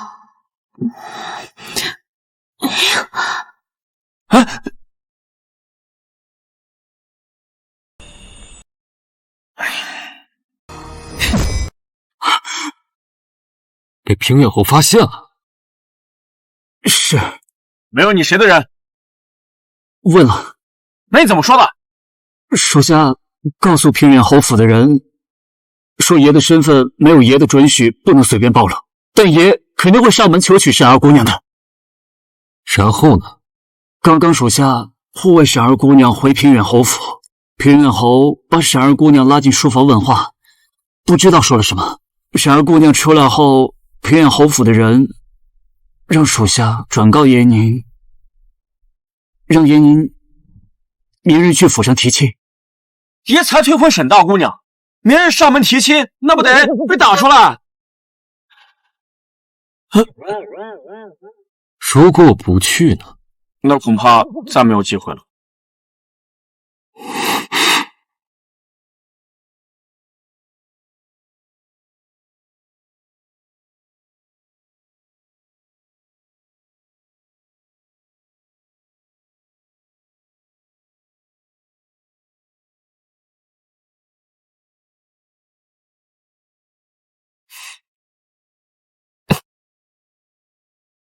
你又来做什么？我这次来是有事找你。什么事情啊？我来问问我岳父大人的喜好。你岳父大人的喜好，我怎么能知道？平远侯，你爹，我的准岳父大人。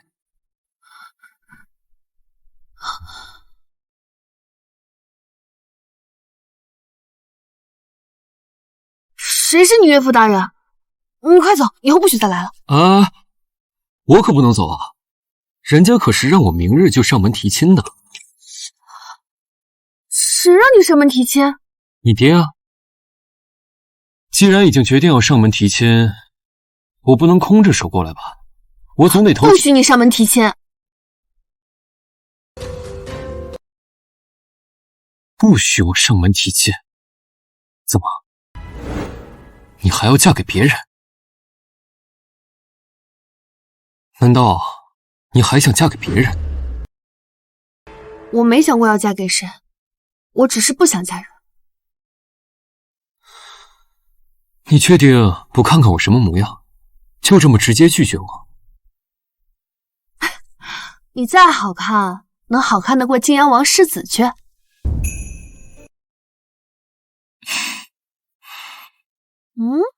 怎么不说话啦？确实好看不过。是你还挺实诚。可是我长得也不比他差呀。怎么，不信啊？不信的话，我把面具摘了给你瞧瞧。你不用摘了，我信你。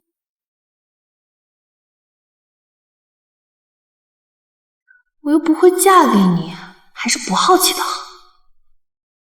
祝你找到一个合心意的女子，携手一生。你，我看你是想活活气死我是吧？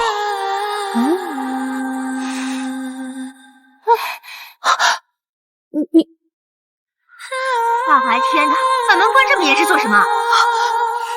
你快放开我！从我决定娶你那一刻起，你就休想我会放开你。你的眼眸充满了的世界，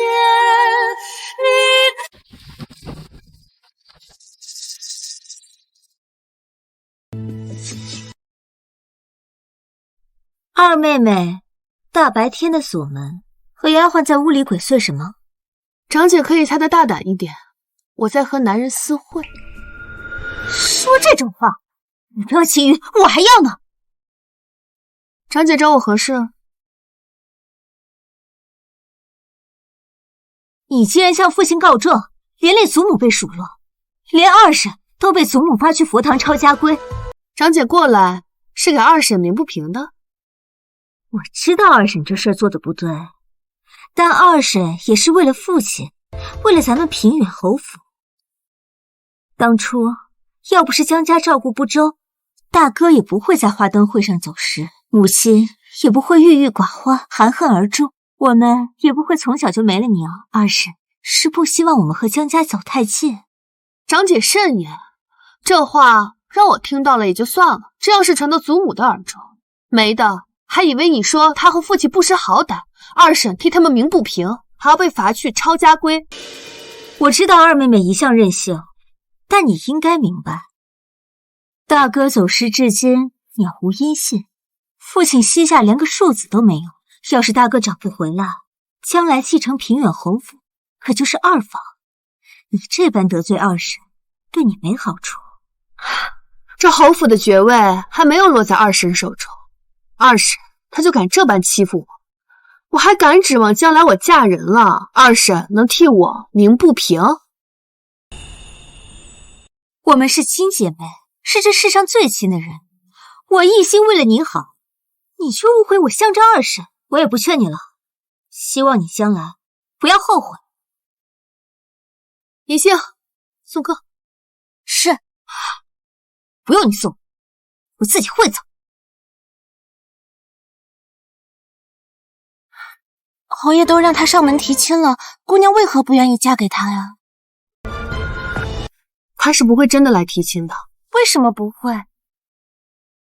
他要来提亲早就来了，何必要等到今日？而且是父亲让他来提亲的，就等于就说是同意了。如果他明日来，这个时辰应该是在府里准备贺礼，而不是来找我。他过来是想让我反对。奴婢想不明白。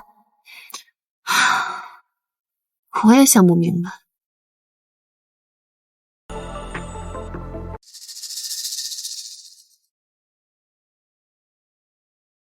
给娘请安。夏朝的时候，听大哥说，今儿个不去军营了，府里有事儿，娘不知道是什么事儿啊。不会父亲要在府里等人上门提亲吧？府里能有什么事？你没问你大哥吗？我问了，大哥刚要说的时候，皇上派人就把大哥叫回书房去了，我就先回来了。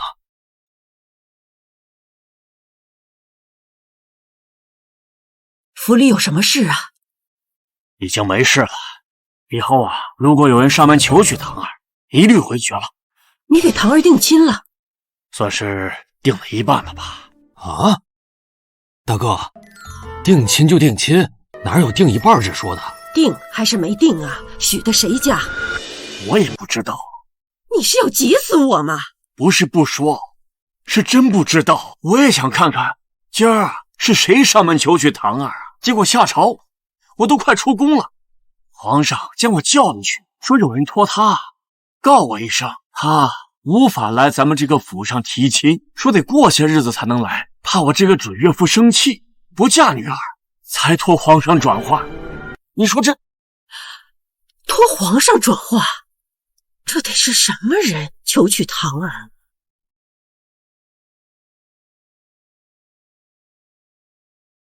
二妹妹知道这人是谁吧？堂儿，就别瞒父亲了，那人到底是谁呀？女儿没有骗父亲，女儿是真的不知道他到底是谁。他每次都戴着面具，女儿至今都没有见过他的模样。昨天就应该让他把面具摘了。算了，总会知道他是谁的。但愿他不让为父等太久。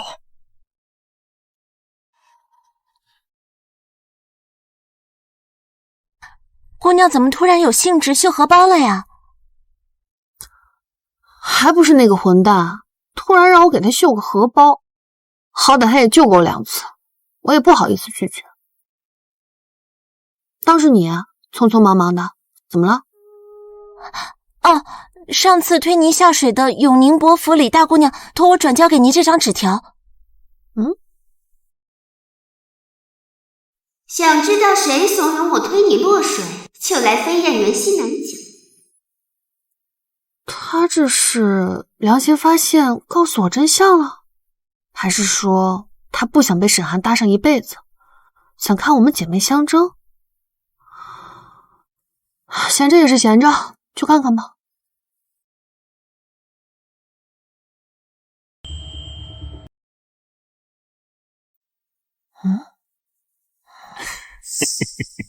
哎呀，快死了！天哪，我这是撞到了什么？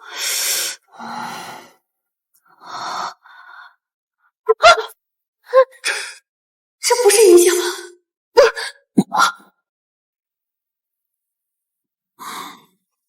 是我。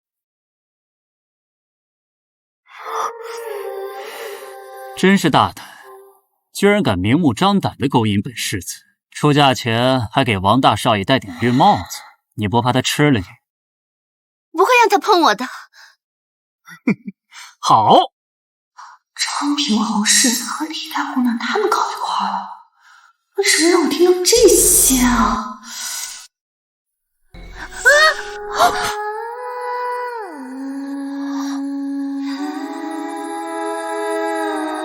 以后本世子就多多宠你。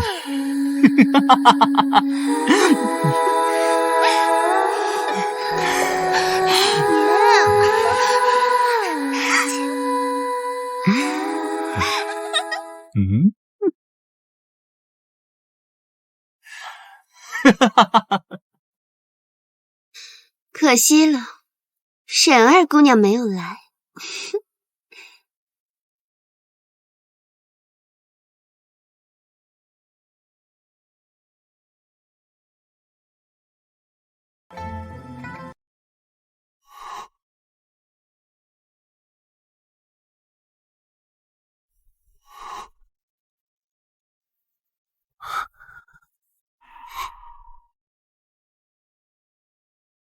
我会娶你的。在说什么胡话？你前世不是坐怀不乱吗？哼，我有喜欢的人了。有喜欢的人？是谁？他……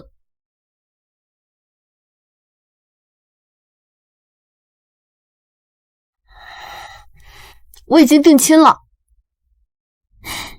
定亲？别管那么多，不信的话，你可以去问皇上。这么小的事情，我怎么好去问皇上啊？还是说你在骗我？我是不知道他是谁，但我没有骗你。连是谁都不知道，这也算定亲了？你就不怕自己嫁了个丑八怪啊？不管他长什么模样，我都会喜欢。这样回答满意吗？满意了。这样回答满意吗？满意了。我的丫鬟和阿卫呢？姑娘，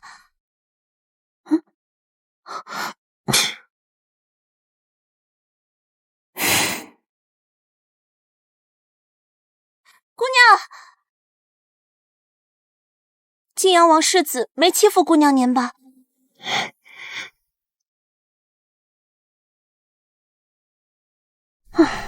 你呢？晋阳王世子那个护卫，就是那个叫陈七的，把奴婢打晕了。啊！哎呦，武三呢？世子妃找属下。什么世子妃啊，能不能别乱叫？属下改口，爷会不高兴的。这么说，戴面具那男子也是那个世子？算了，把你们主子叫过来，我要见他。啊！刚才你们见过呀？怎么，你们主子就这么害怕我知道他是谁？这么见不得人吗？哼！哼！哼！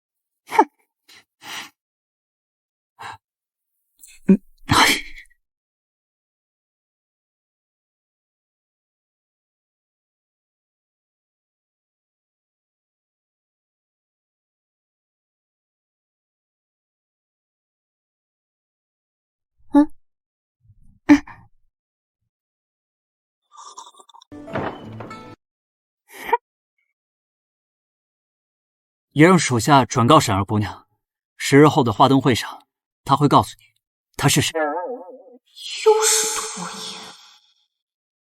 告诉你家主子，我再信他最后一回。哼！姑娘，那咱这荷包还秀吗？秀！今天不睡觉也得秀，省得他说我言而无信。主子，你也在这里给我等着。我。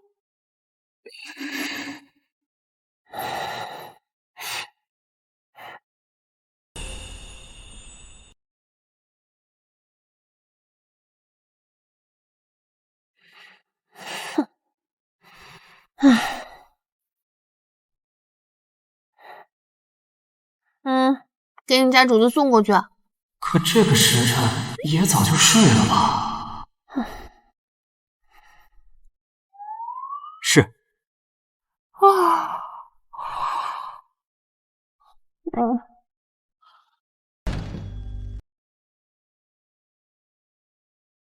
哎，大晚上的怎么回来了？爷呢？在冲冷水澡。白天和世子妃听了一场博春宫，能理解的。这是沈二姑娘给爷的香包。我先替爷收起来，省得再冲第3回。放下。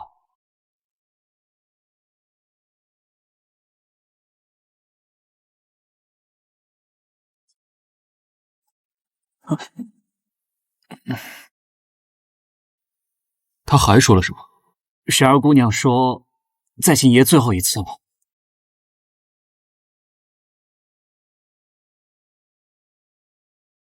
看来真的是最后一回了。这一步总是要迈出去的，不迈出去，怎么知道你为何总躲着我？怎么了？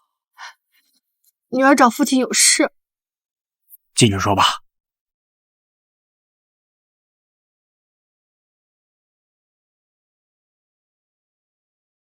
谁又给你委屈受了？父亲可还记得，母亲的陪嫁里有一幅9峰血迹图？是你母亲最喜欢的那幅。我叫人开库房拿给你。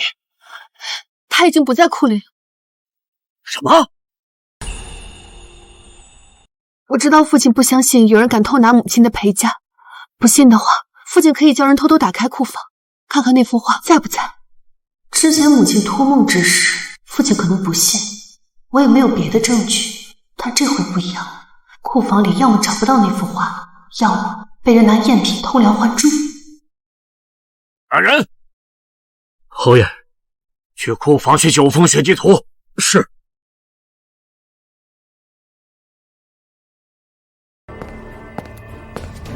让侯爷久等了。哼！我落水之后，可有人进过库房？二太太的人进去过一回，不知道大姑娘什么时候出阁。之前二房送的那个陪嫁，想先拿回去，等您出嫁的时候再重新给回来，就打开库房。二房的人找东西的时候，我还找人陪着，按说应该不会。父亲，我要是说那幅画被二婶拿去补偿给永宁伯府大姑娘，父亲信吗？你二婶为什么要补偿永宁伯府大姑娘？空口无凭，要说服父亲就更不容易了，更别说让二婶当面认罪。还请父亲借我1万两，我想把母亲的陪嫁给换回来。拿1万两给唐二。是。不必给我，有劳李管事明日去一趟永宁伯府，把母亲的陪嫁给换回来。是。等母亲的陪嫁拿回来了，我再跟父亲好好解释二婶为什么要补偿永宁伯府大姑娘。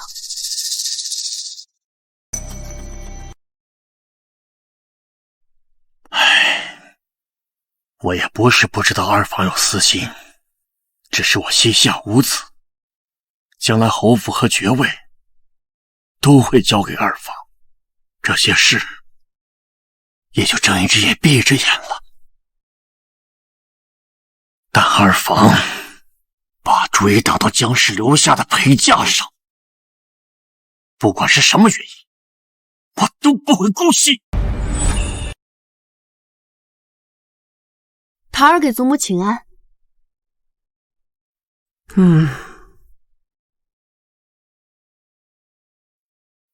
唐儿，有什么话不好对祖母说的？祖母，母亲留下的陪嫁里有几幅名诗画作，唐儿想开库房拿来临摹，还望祖母批准。二姑娘才学画几日，就敢临摹名诗大作？我那日去文国公府贺寿，听说翰林学士林家林夫人心疼自己的女儿，临摹画作时不小心打翻砚台，毁了幅名画。我听着时就觉得心疼。二姑娘想临摹放，从宫中拿几幅便宜的临摹着玩，练画技足够了。这如果要是毁了也不心疼，还是别叫她糟蹋了大嫂留下的那些名画。昨儿妹妹去书房找父亲，莫不是想动母亲的嫁妆？父亲没同意，又来找祖母吧？长姐这话说的未免也太难听了一些。我只不过是想临摹母亲留下的字画而已，又不是不还回去了，怎么就叫动了母亲的陪嫁呢？母亲生前交代，那些陪嫁都给我一个人，若我不能平安长大，则送归江家。长姐出嫁时，我主动让出一半，现在我只不过就想借用一些字画，长姐就要横加阻挠。二婶怕我糟蹋画作，难不成将来我出嫁，母亲那些陪嫁字画都不准备给我了？我知道母亲不喜欢我，也没有必要一大早说这种话来扎我的心吧。二姑娘亲事还没定，就想着出嫁的事儿了。这是你作为一个长辈该说的话吗？我也是心疼涵儿，都是大嫂生的，她未免也太偏心了吧。母亲是很疼我，只可惜走得早，倒不像长姐得二婶疼爱10几年，亲如母女。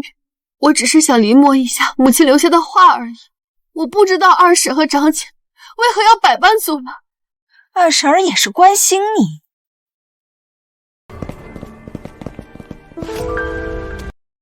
这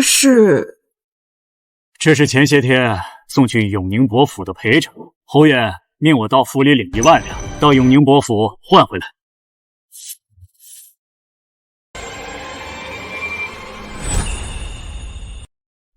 我被永宁伯府大姑娘推下时，受了一通风寒，侯府还要补给她1万两，宫中不补，二婶就拿自己的嫁妆去补。她愿意掏这笔钱，侯爷干嘛要赎回来？这箱子里装的都是夫人的陪嫁。放肆！我这么做是有苦衷的。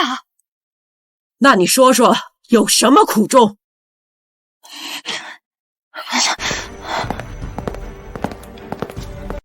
不是有苦衷吗？说。娘在问你话呢。平远侯府容不下你这吃里扒外的人。老二，休妻！我这么做不是为了王家。不是为了王家，那你为了什么？祖母，二婶她是为了我。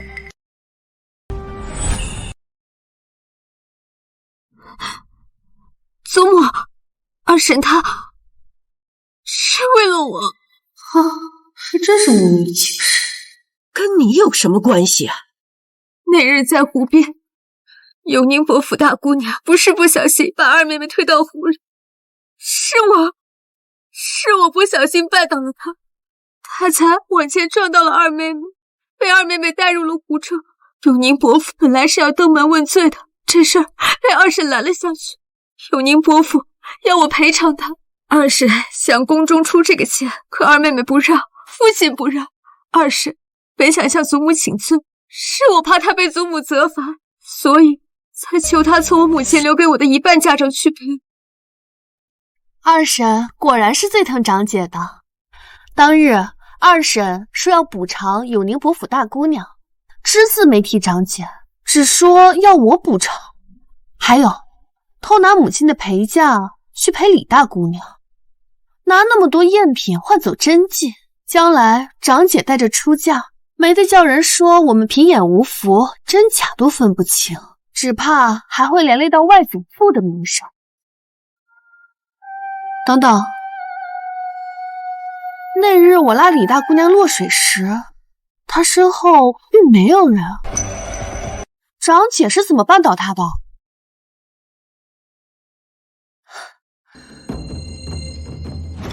你看到长姐站在她身后了？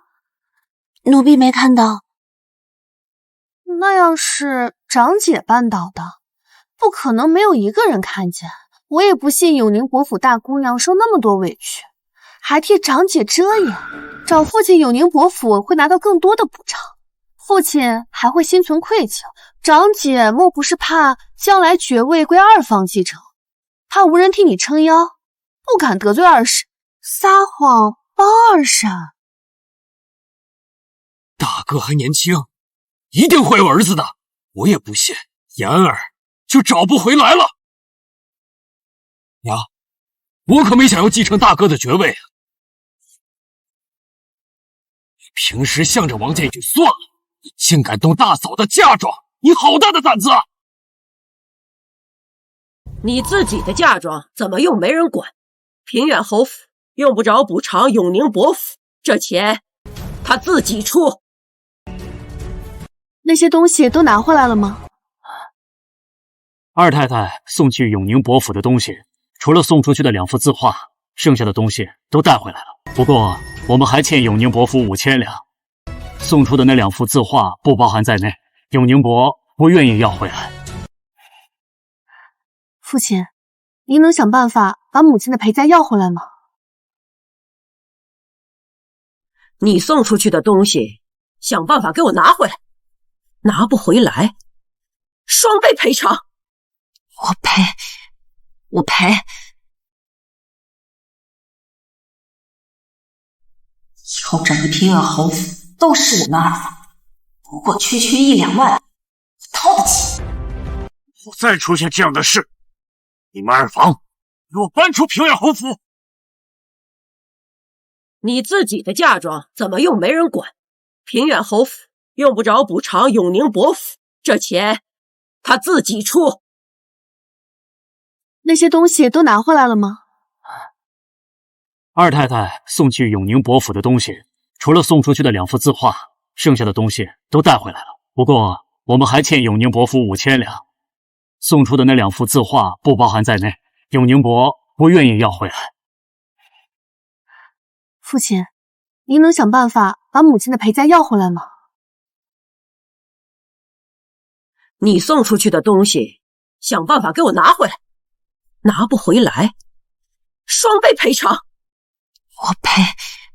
我赔。以后整个平远侯府都是我们二房，不过区区1-2万，我掏得起。不再出现这样的事，你们二房给我搬出平远侯府！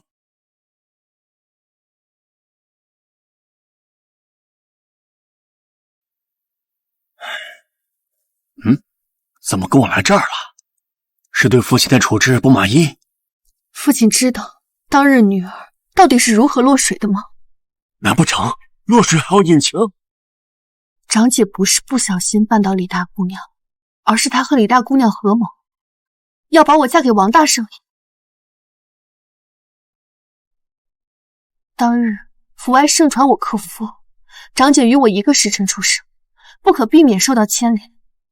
为了破除长姐克夫的流言，二婶想帮我嫁给王大少爷，正好我与永宁伯府大姑娘有些矛盾，长姐就想借永宁伯府大姑娘的手推我下水，二婶不敢让永宁伯找上门来，永宁国府便趁机狮子大开口。二婶原是想宫中出这笔钱，祖母不同意，才不得不把主意打到母亲留下的陪嫁上。父亲若非亲生女儿，二婶怎么会护长姐至此？长姐也从来没有拿我当过亲妹妹，那日在大昭寺，昌平侯世子要非礼我，也是长姐帮他将我骗过去的。算计我最狠的不是外人，而是自己人。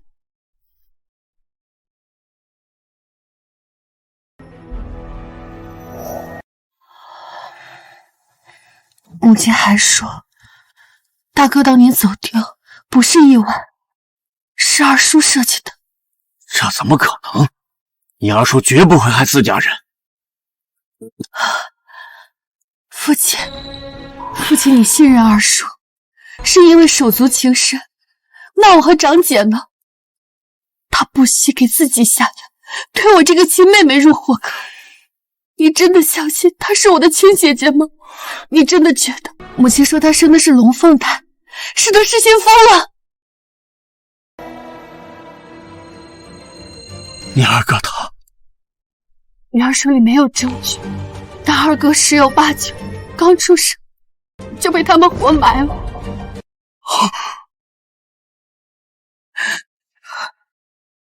孩儿，你放心，此事我一定会彻查到底。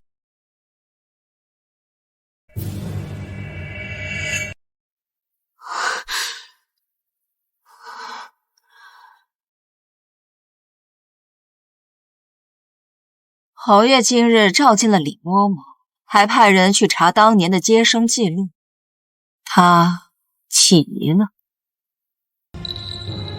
他查到了当年的接生婆春兰了。别慌，我已经安排了人手，一切都会万无一失的。那沈棠怎么办？他可不是个省油的灯。哼，昌平侯世子是叶贵妃的亲侄子，我们搭上了叶贵妃这条线，还能怕了他沈棠呢？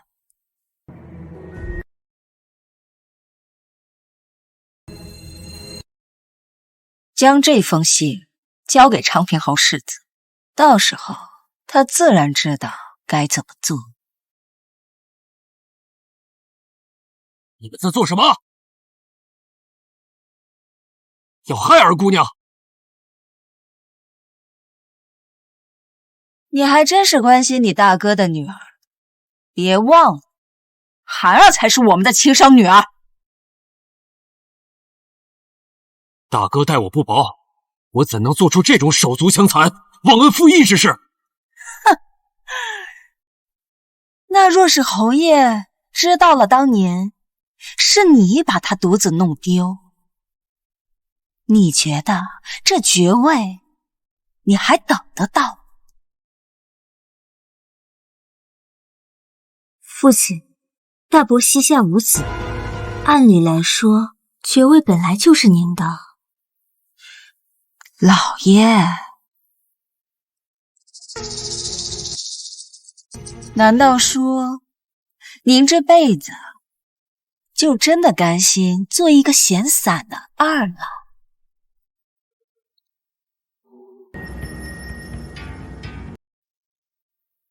父亲，大伯每月都会去军中粮仓巡查，他信得过你。到时候只要您支走他身边的事务，再在他巡查之时放一把大火，这一切全都水到渠成。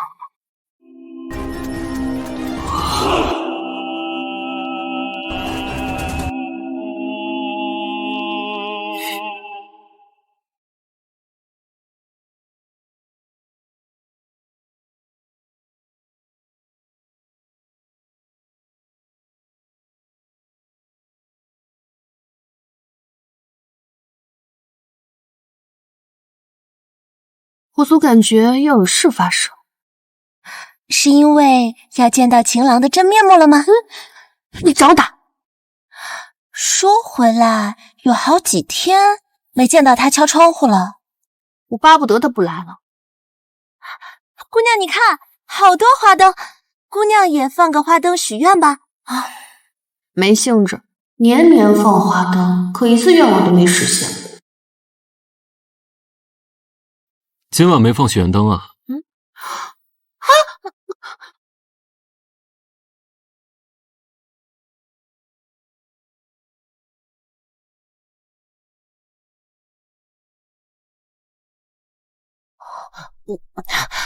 你快放开我，让别人看到我怎么办？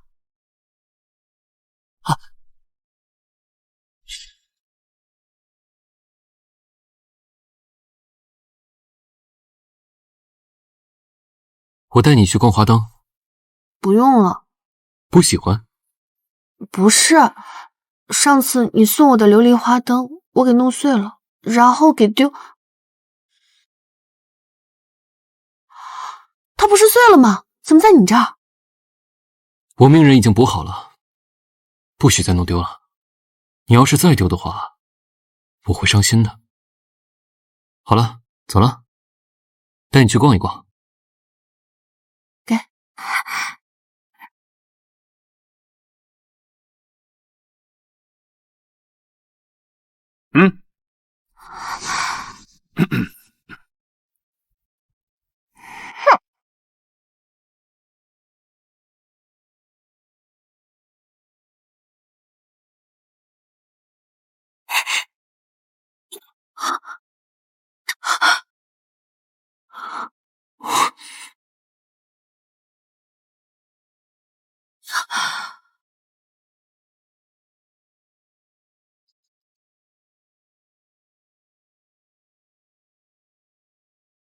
我就知道，跟着沈二姑娘就能找到我。敢踹本世纪，我要你死无葬身之地！给我上！你别管我，你快走！别怕，有我在。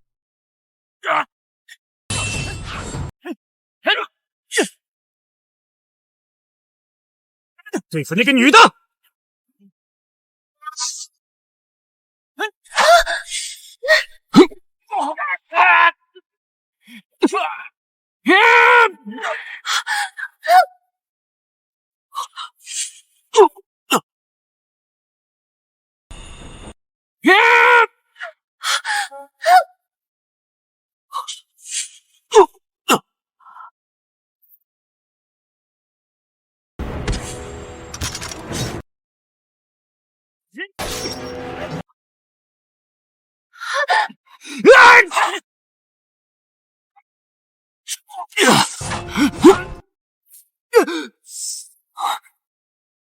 你敢杀我？我可是长鞭后世子！今日我不杀你，若是你再给我找麻烦，饶不了你！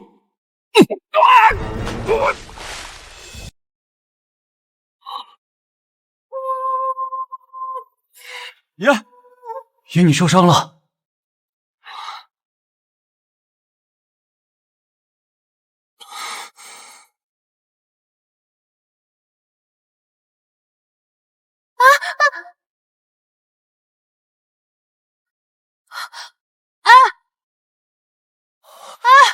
你没事吧？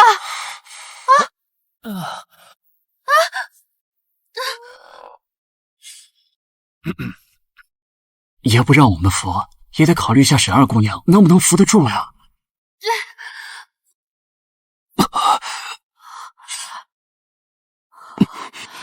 得赶紧给他包扎伤口。那边有个亭子。我快扶不住了。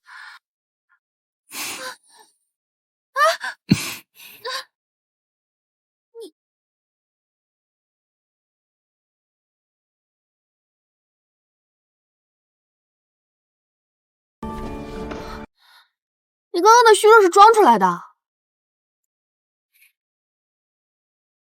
我刚救你，你就不能对我的态度好一点？怕了你了，快坐下。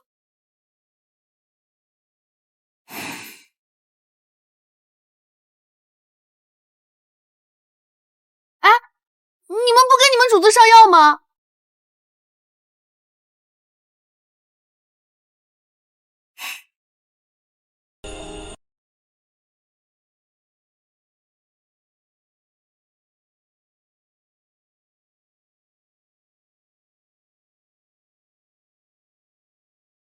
这个腰带怎么这么难解啊？男的都这么系腰带的吗？我还以为只有谢归墨那个混蛋是这样。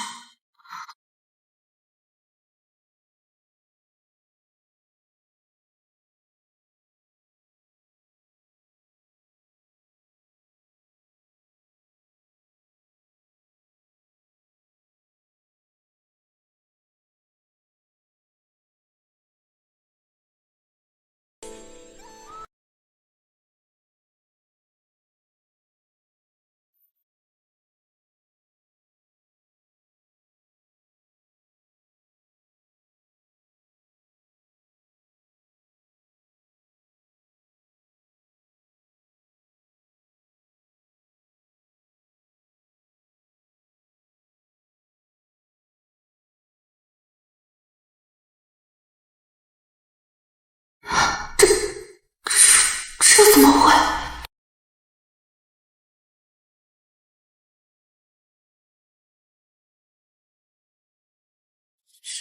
是谢归墨。这些天，我把京都所有排得上号的世家子弟都想了个遍，可唯独没有想你是晋阳王世子。我原本是打算上好药了见面诀，怎么就被猜出来了？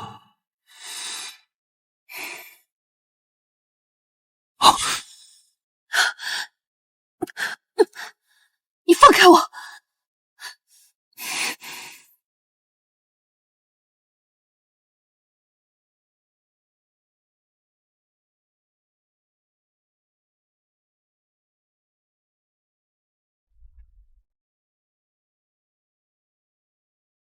你就这么讨厌我吗？你先让你的人过来给你处理伤口。我只要你包扎。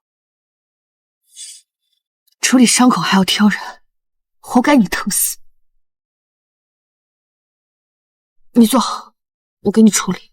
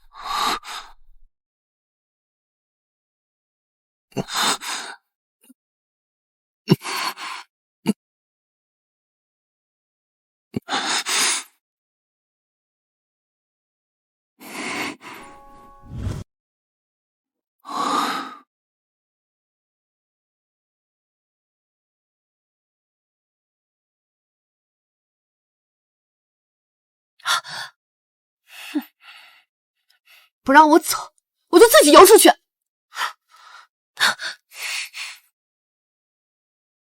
你是跟谁学的符水？还是说你是专门要坑我学的？你就不能听我解释两句吗？解释？前世嫁给你4年时间，就算最后1年你去边关了，3年时间，1000多个日夜，不够解释的你，我到死都不承认，你就是我苦等的男人。你不用解释了，我不听。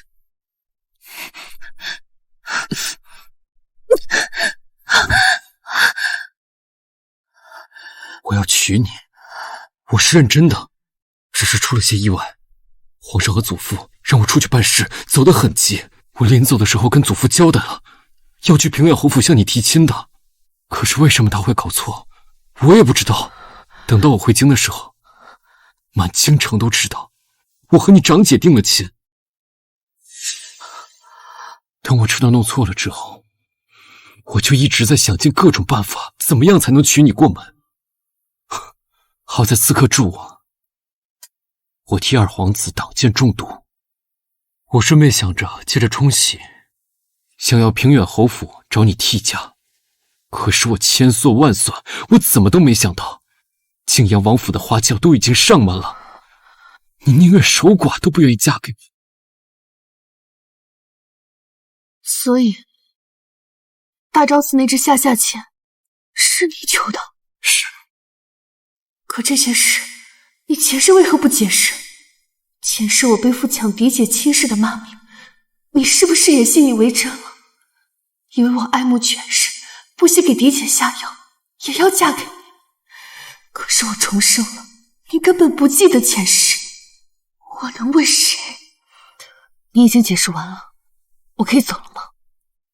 你当真就这么讨厌我？好，我问你最后一个问题，问完了我就放你走。什么问题？你总得跟我解释一下，你怎么看到我的伤疤就知道是我？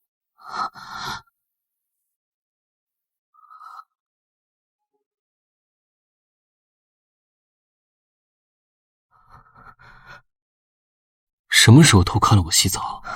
谁偷看你洗澡了？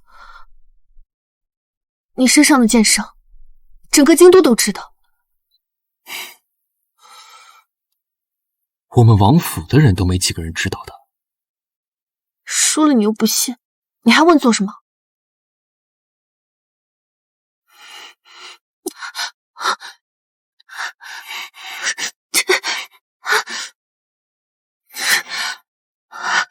你放我走吧。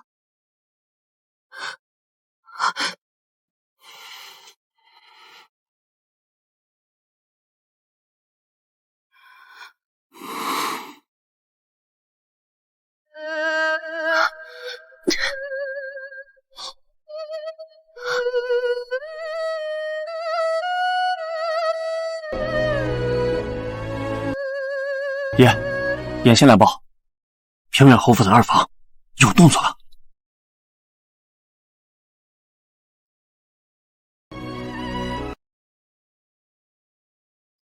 想找死！准备一下，明日上门提亲。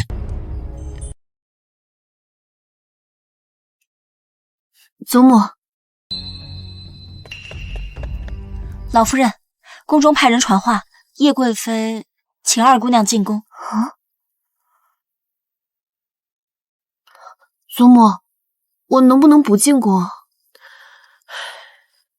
宫里不比别的地方，说话做事一定要谨慎。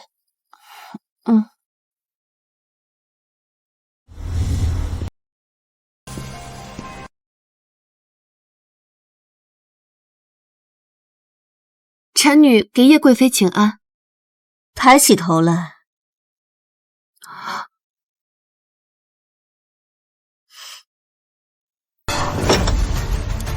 你们真是好大的胆子，连本宫娘家的侄儿都敢打。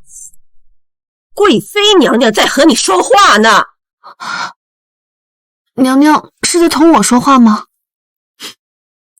难怪敢打昌平侯世子。沈二姑娘，这事连本宫都没放在眼里。臣女不敢，臣女只是没有听懂娘娘刚才的话。昨天晚上与你一起逛花灯、戴面具的男子，到底是谁？臣女昨晚是出府逛花灯了，不过是和臣女的丫鬟在一起，并不是和什么男子。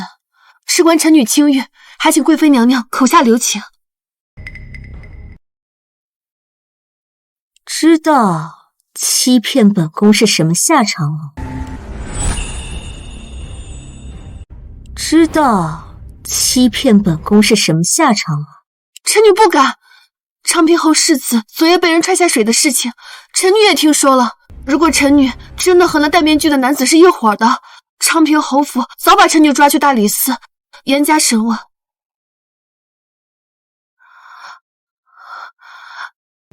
看来是消息有误，本宫错怪了你。来人，送沈二姑娘出宫。啊，这样就结束了？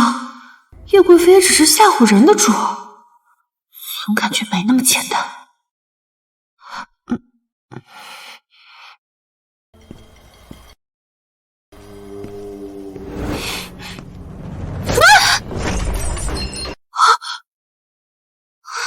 你怎么走路的？撞坏父皇赐给我的瓷瓶，你几颗脑袋够砍？公主息怒，臣女刚刚在想叶贵妃问的事情，一时出神，无意间冲撞了公主，打碎了皇上御赐的瓷瓶。打碎父皇赐的瓷瓶，你以为你一句无意冲撞就能没事啊？损坏御赐之物是死罪，臣女知道，臣女不愿连累公主受皇上责罚，这就去向皇上请罪。去御书房向父皇请罪？你以为你是什么人？父皇政务繁忙，连我都不敢去打扰他。承安公主是叶贵妃所出，皇上最疼爱的女儿，如今在叶贵妃宫前玩这么一出，无非是想让我招供出那位男子，可我不能招供啊！你敢杀本公主，本公主诛你九族！臣女岂敢？臣女冲撞公主，打碎了皇上御赐的瓷瓶，公主不让臣女向皇上请罪，臣女只能以死谢罪。本宫念你并非有意打碎御赐之物，免你一死。去殿外跪3个时辰，以儆效尤。是。母妃，他打碎父皇手的瓷瓶，还对你以死相逼，只罚他跪3个时辰，也太便宜他了。皇上驾到！皇上驾到！陛下，陛下怎会？我若不来，怕是要看着这平远侯府嫡女被逼得自尽在这贵妃宫中吧。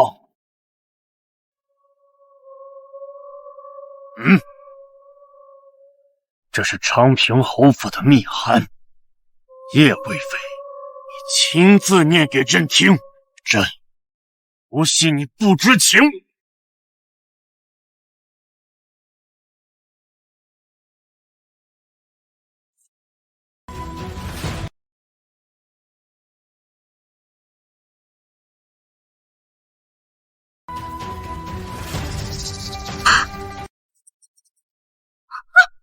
2日前花灯会上，有人大庭广众悍然行凶，不查不知道，这法外狂徒竟是你的亲侄儿，昌平侯府世子。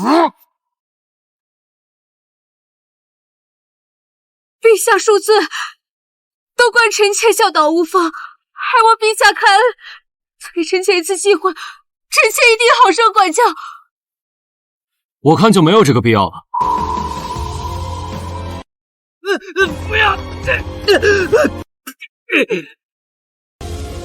爹，陛下，臣今日巡查军中粮仓，不遭背后手刀昏迷过去，再醒来时，粮仓竟然着火。好在泾阳王世子及时赶到，率兵拼命救火，否则军粮恐尽城灰烬，臣再也见不到陛下了。爱卿快快请起，谢陛下。陛下，这纵火主谋，臣带回来了。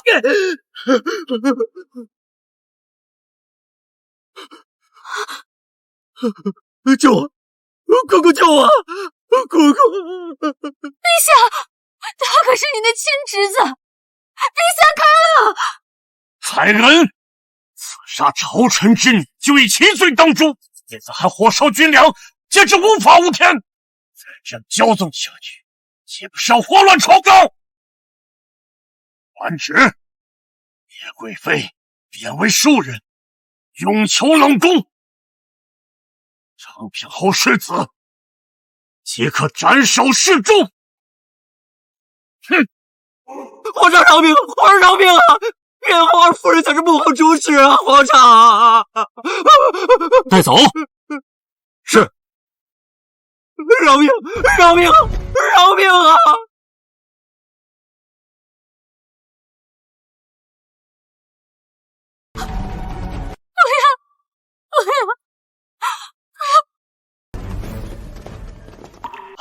唐儿，快起来！唐儿，此事你觉得二房是否参与？父亲是否查清了当年的真相？已经查到了接生的婆子了。恐怕他们是想杀了父亲。放肆！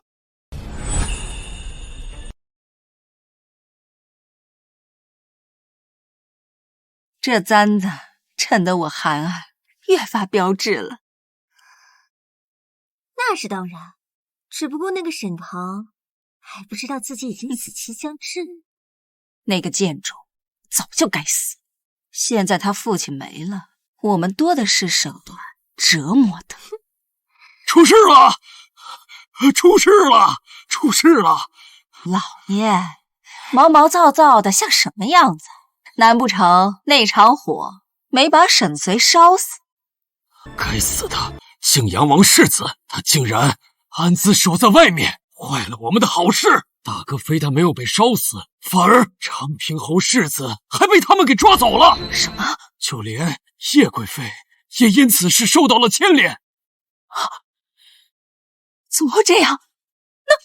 那我们怎么办？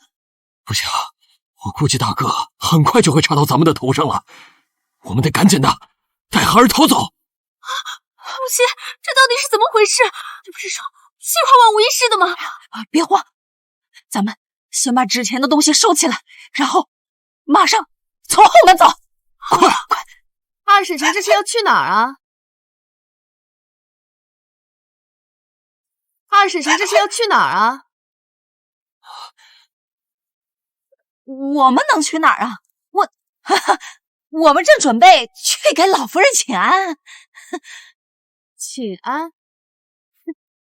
我看是请罪比较好。坑害同族，谋杀家族，按照家法，其罪当诛。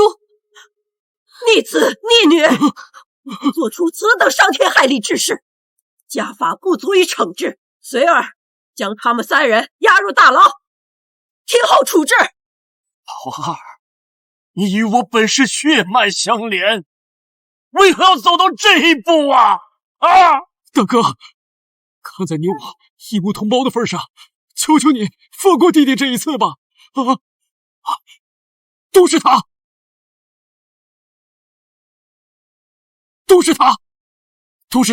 挑唆怂恿的。谢善的，好啊你！你们一家人，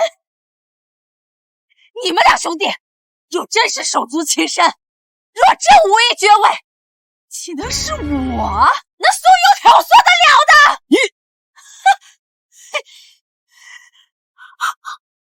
怎么？我是你嫡妻的孙女啊，不是最疼我的吗？堂儿把你当亲姐姐对待，你却伙同他人三番五纵辱他清白，害他性命，你死不足惜！哼，还等什么？拖下去，带走！干什么？你放开我！娘！大哥！大哥！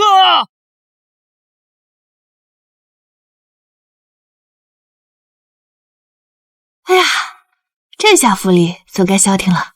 听说二夫人和大姑娘每天哭得可惨了，那是他们活该。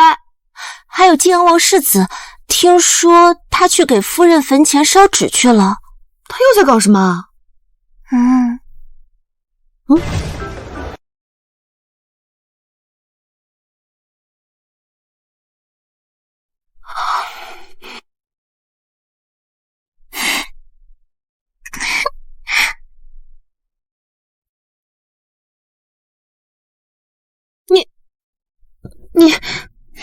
你什么你？我又不是第一次这样进来了，有必要这么惊讶吗？听说你去我娘坟前烧纸了，为什么？我求你娘给你托梦，让你嫁给我。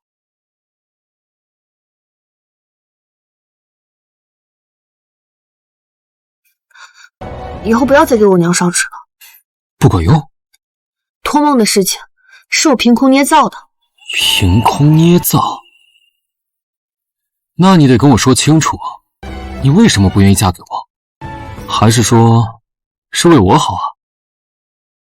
如果我说我已经嫁过你一次了，你信吗？如果我说我已经嫁过你一次了，你信吗？什么时候的事？前世。我嫁过你一次，也死过一次了。前世你为了救二皇子，昏迷不醒，需要冲洗。沈寒害怕嫁给你之后要守寡，就算计我替嫁。可是我嫁给你的当天晚上，你就醒了。你嫁给我，我待你不好吗？你欺负我，天天都欺负我。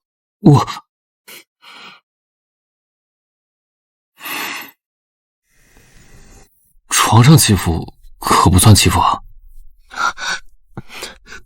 不是在床上。我嫁给你4年，我们就同房过一次，而且那一次你还差点死了。你说我要是嫁给你，你能接受我们没有夫妻之实吗？你放弃吧。我只是不能碰你。你能不能碰别人我不知道。我嫁给你4年，头3年你没有拿钱，最后1年你去了战场，大破敌军，被登基为帝的二皇子和沈寒联手，在我给你绣的荷包里面下了毒，毒气侵身，死在回京的途中。沈寒让我陪你上路，在你晋阳王府的柴房里绞死了我。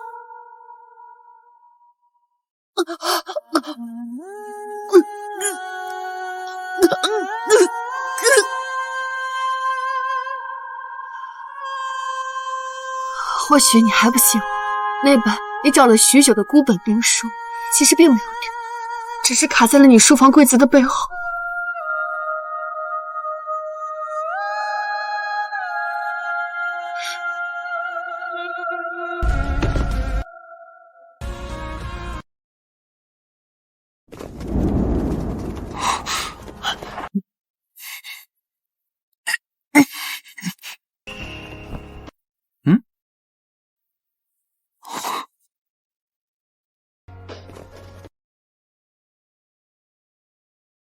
哎，真是爷爷找了许久的那本兵书，这说明沈二姑娘说的确有其事。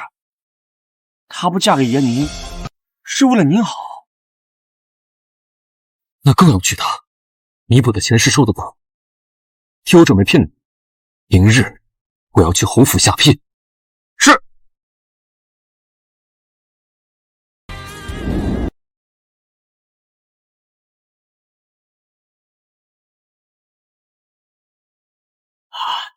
母亲，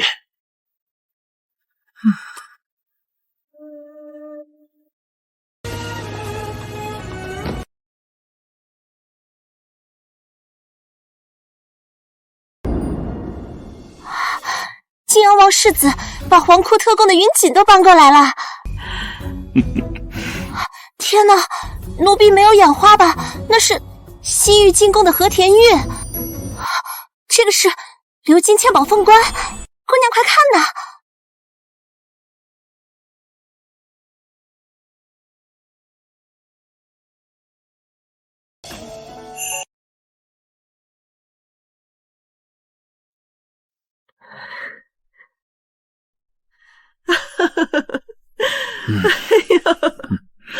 之前退婚泾阳王府，我还担心委屈了堂儿，今儿看来呀，老天爷都在牵线呢。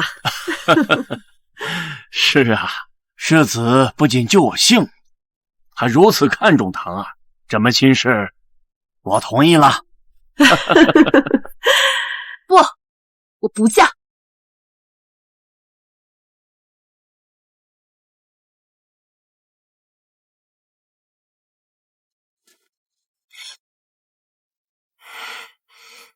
你要做什么？我白天的时候都已经给你点聘礼了，你为何还是不愿意嫁给我？前世差不多就是这情形。他被气得失去理智，然后强吻我，最后失控圆房，差点没命。你冷静点啊！你不能碰我！为什么？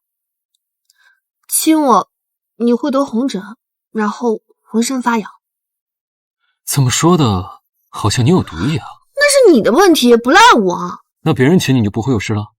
当然。今生吻过你眉目，是我的救赎。别哭，我管你手心纹路，风雪不冷酷。想死别带上我！我前世和你同房都没死，如今我只是亲你一下，难道就会没命了？你当真要和我成亲啊？我不管什么前世今生，我只知道，以后没有你的话，我一刻都不想活。那我要你把上辈子欠的全都明日城门外，任谁来刀山火海？世人说什么正邪两派？